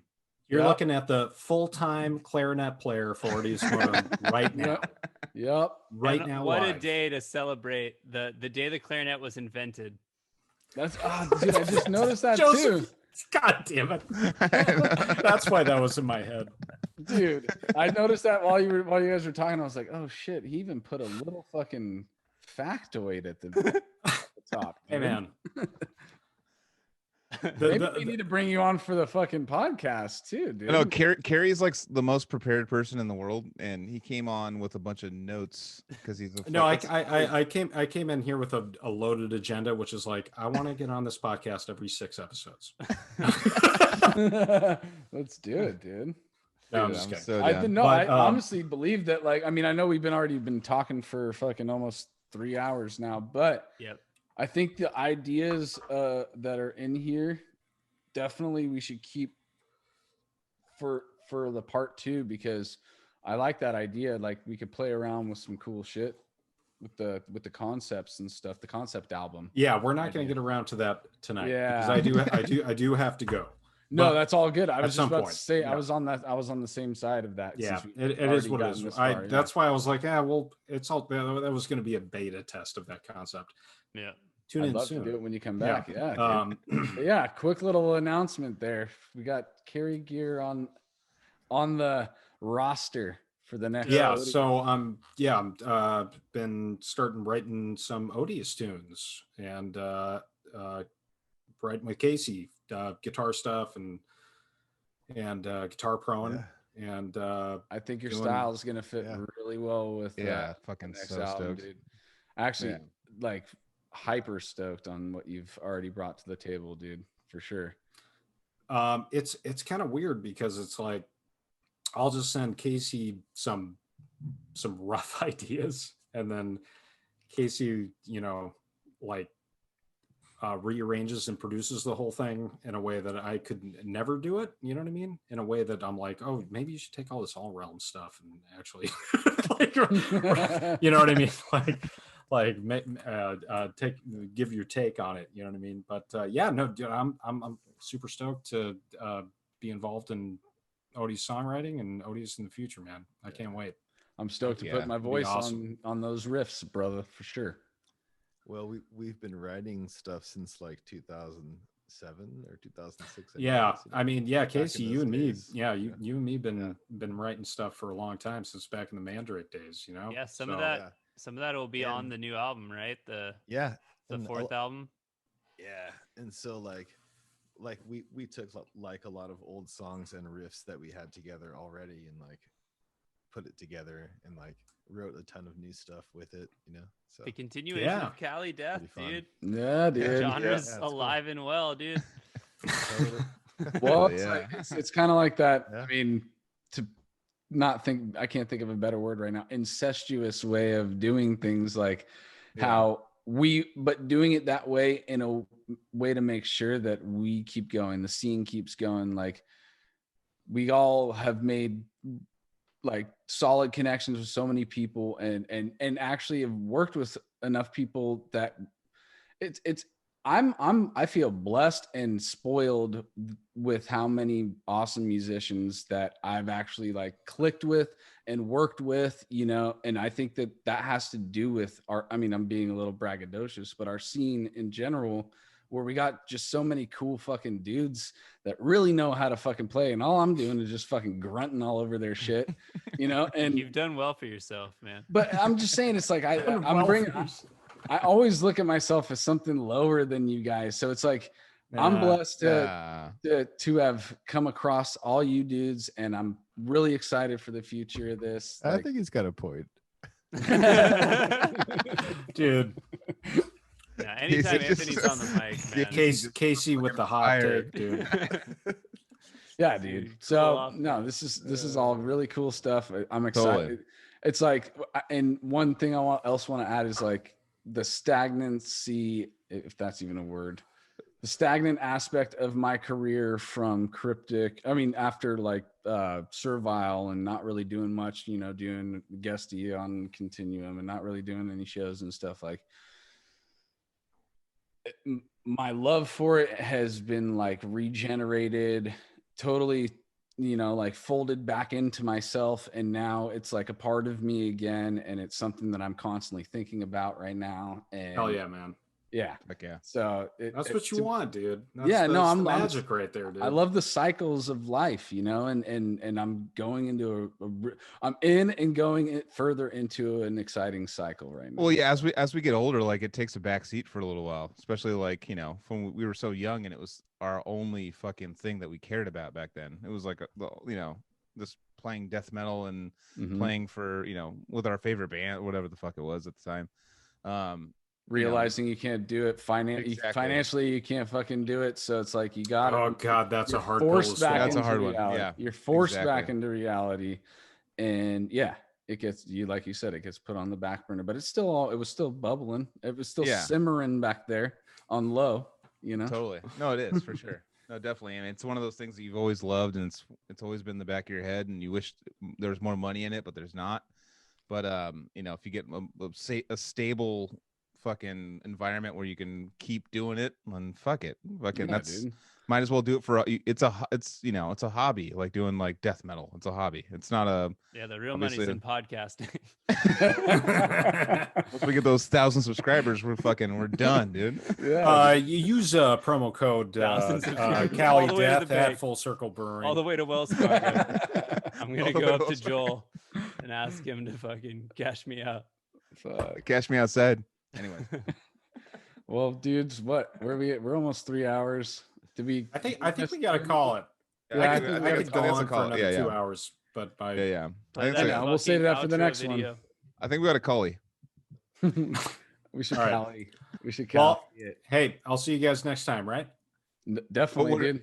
We're gonna do 30 seconds after we stop recording and say goodbye to each other though. Oh yeah. A couple more minutes. Oh, Oh, is that a whole thing? It's a Yeah, whole well, thing, Audience shouldn't know about that though. they do now. we All break right. the fourth wall. Well, We gotta be a eventually, premium. when we have our premium members will be able to attend our Can have the after can You guys can can hear say the goodbye post to us later. the post wrap up show for 5 Yeah. minutes. They could tune into that. Gary's got the baby face. I can tell he's got to go. So No, I'm here for it. Yeah. Dude.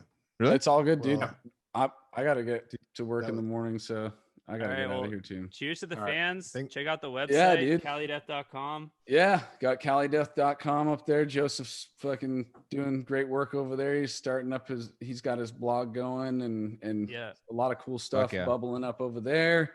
YouTube page is still cruising. Subscribe if you haven't, please. Apple Podcasts, if you want to listen to us, we're on there. Again, 5-star reviews are awesome. It'd be cool to read a review or two. I think there's only like one on Apple Podcasts right now. So let's get some. I mean, that Give it a review. intro is pretty cool. Yeah. Yeah. I mean, Shout out probably to deserves- Chris, intros. Dreamer once again, dude. Yeah, Chris. Cheers. Fuck yeah. And Okay. we'll see you guys next week.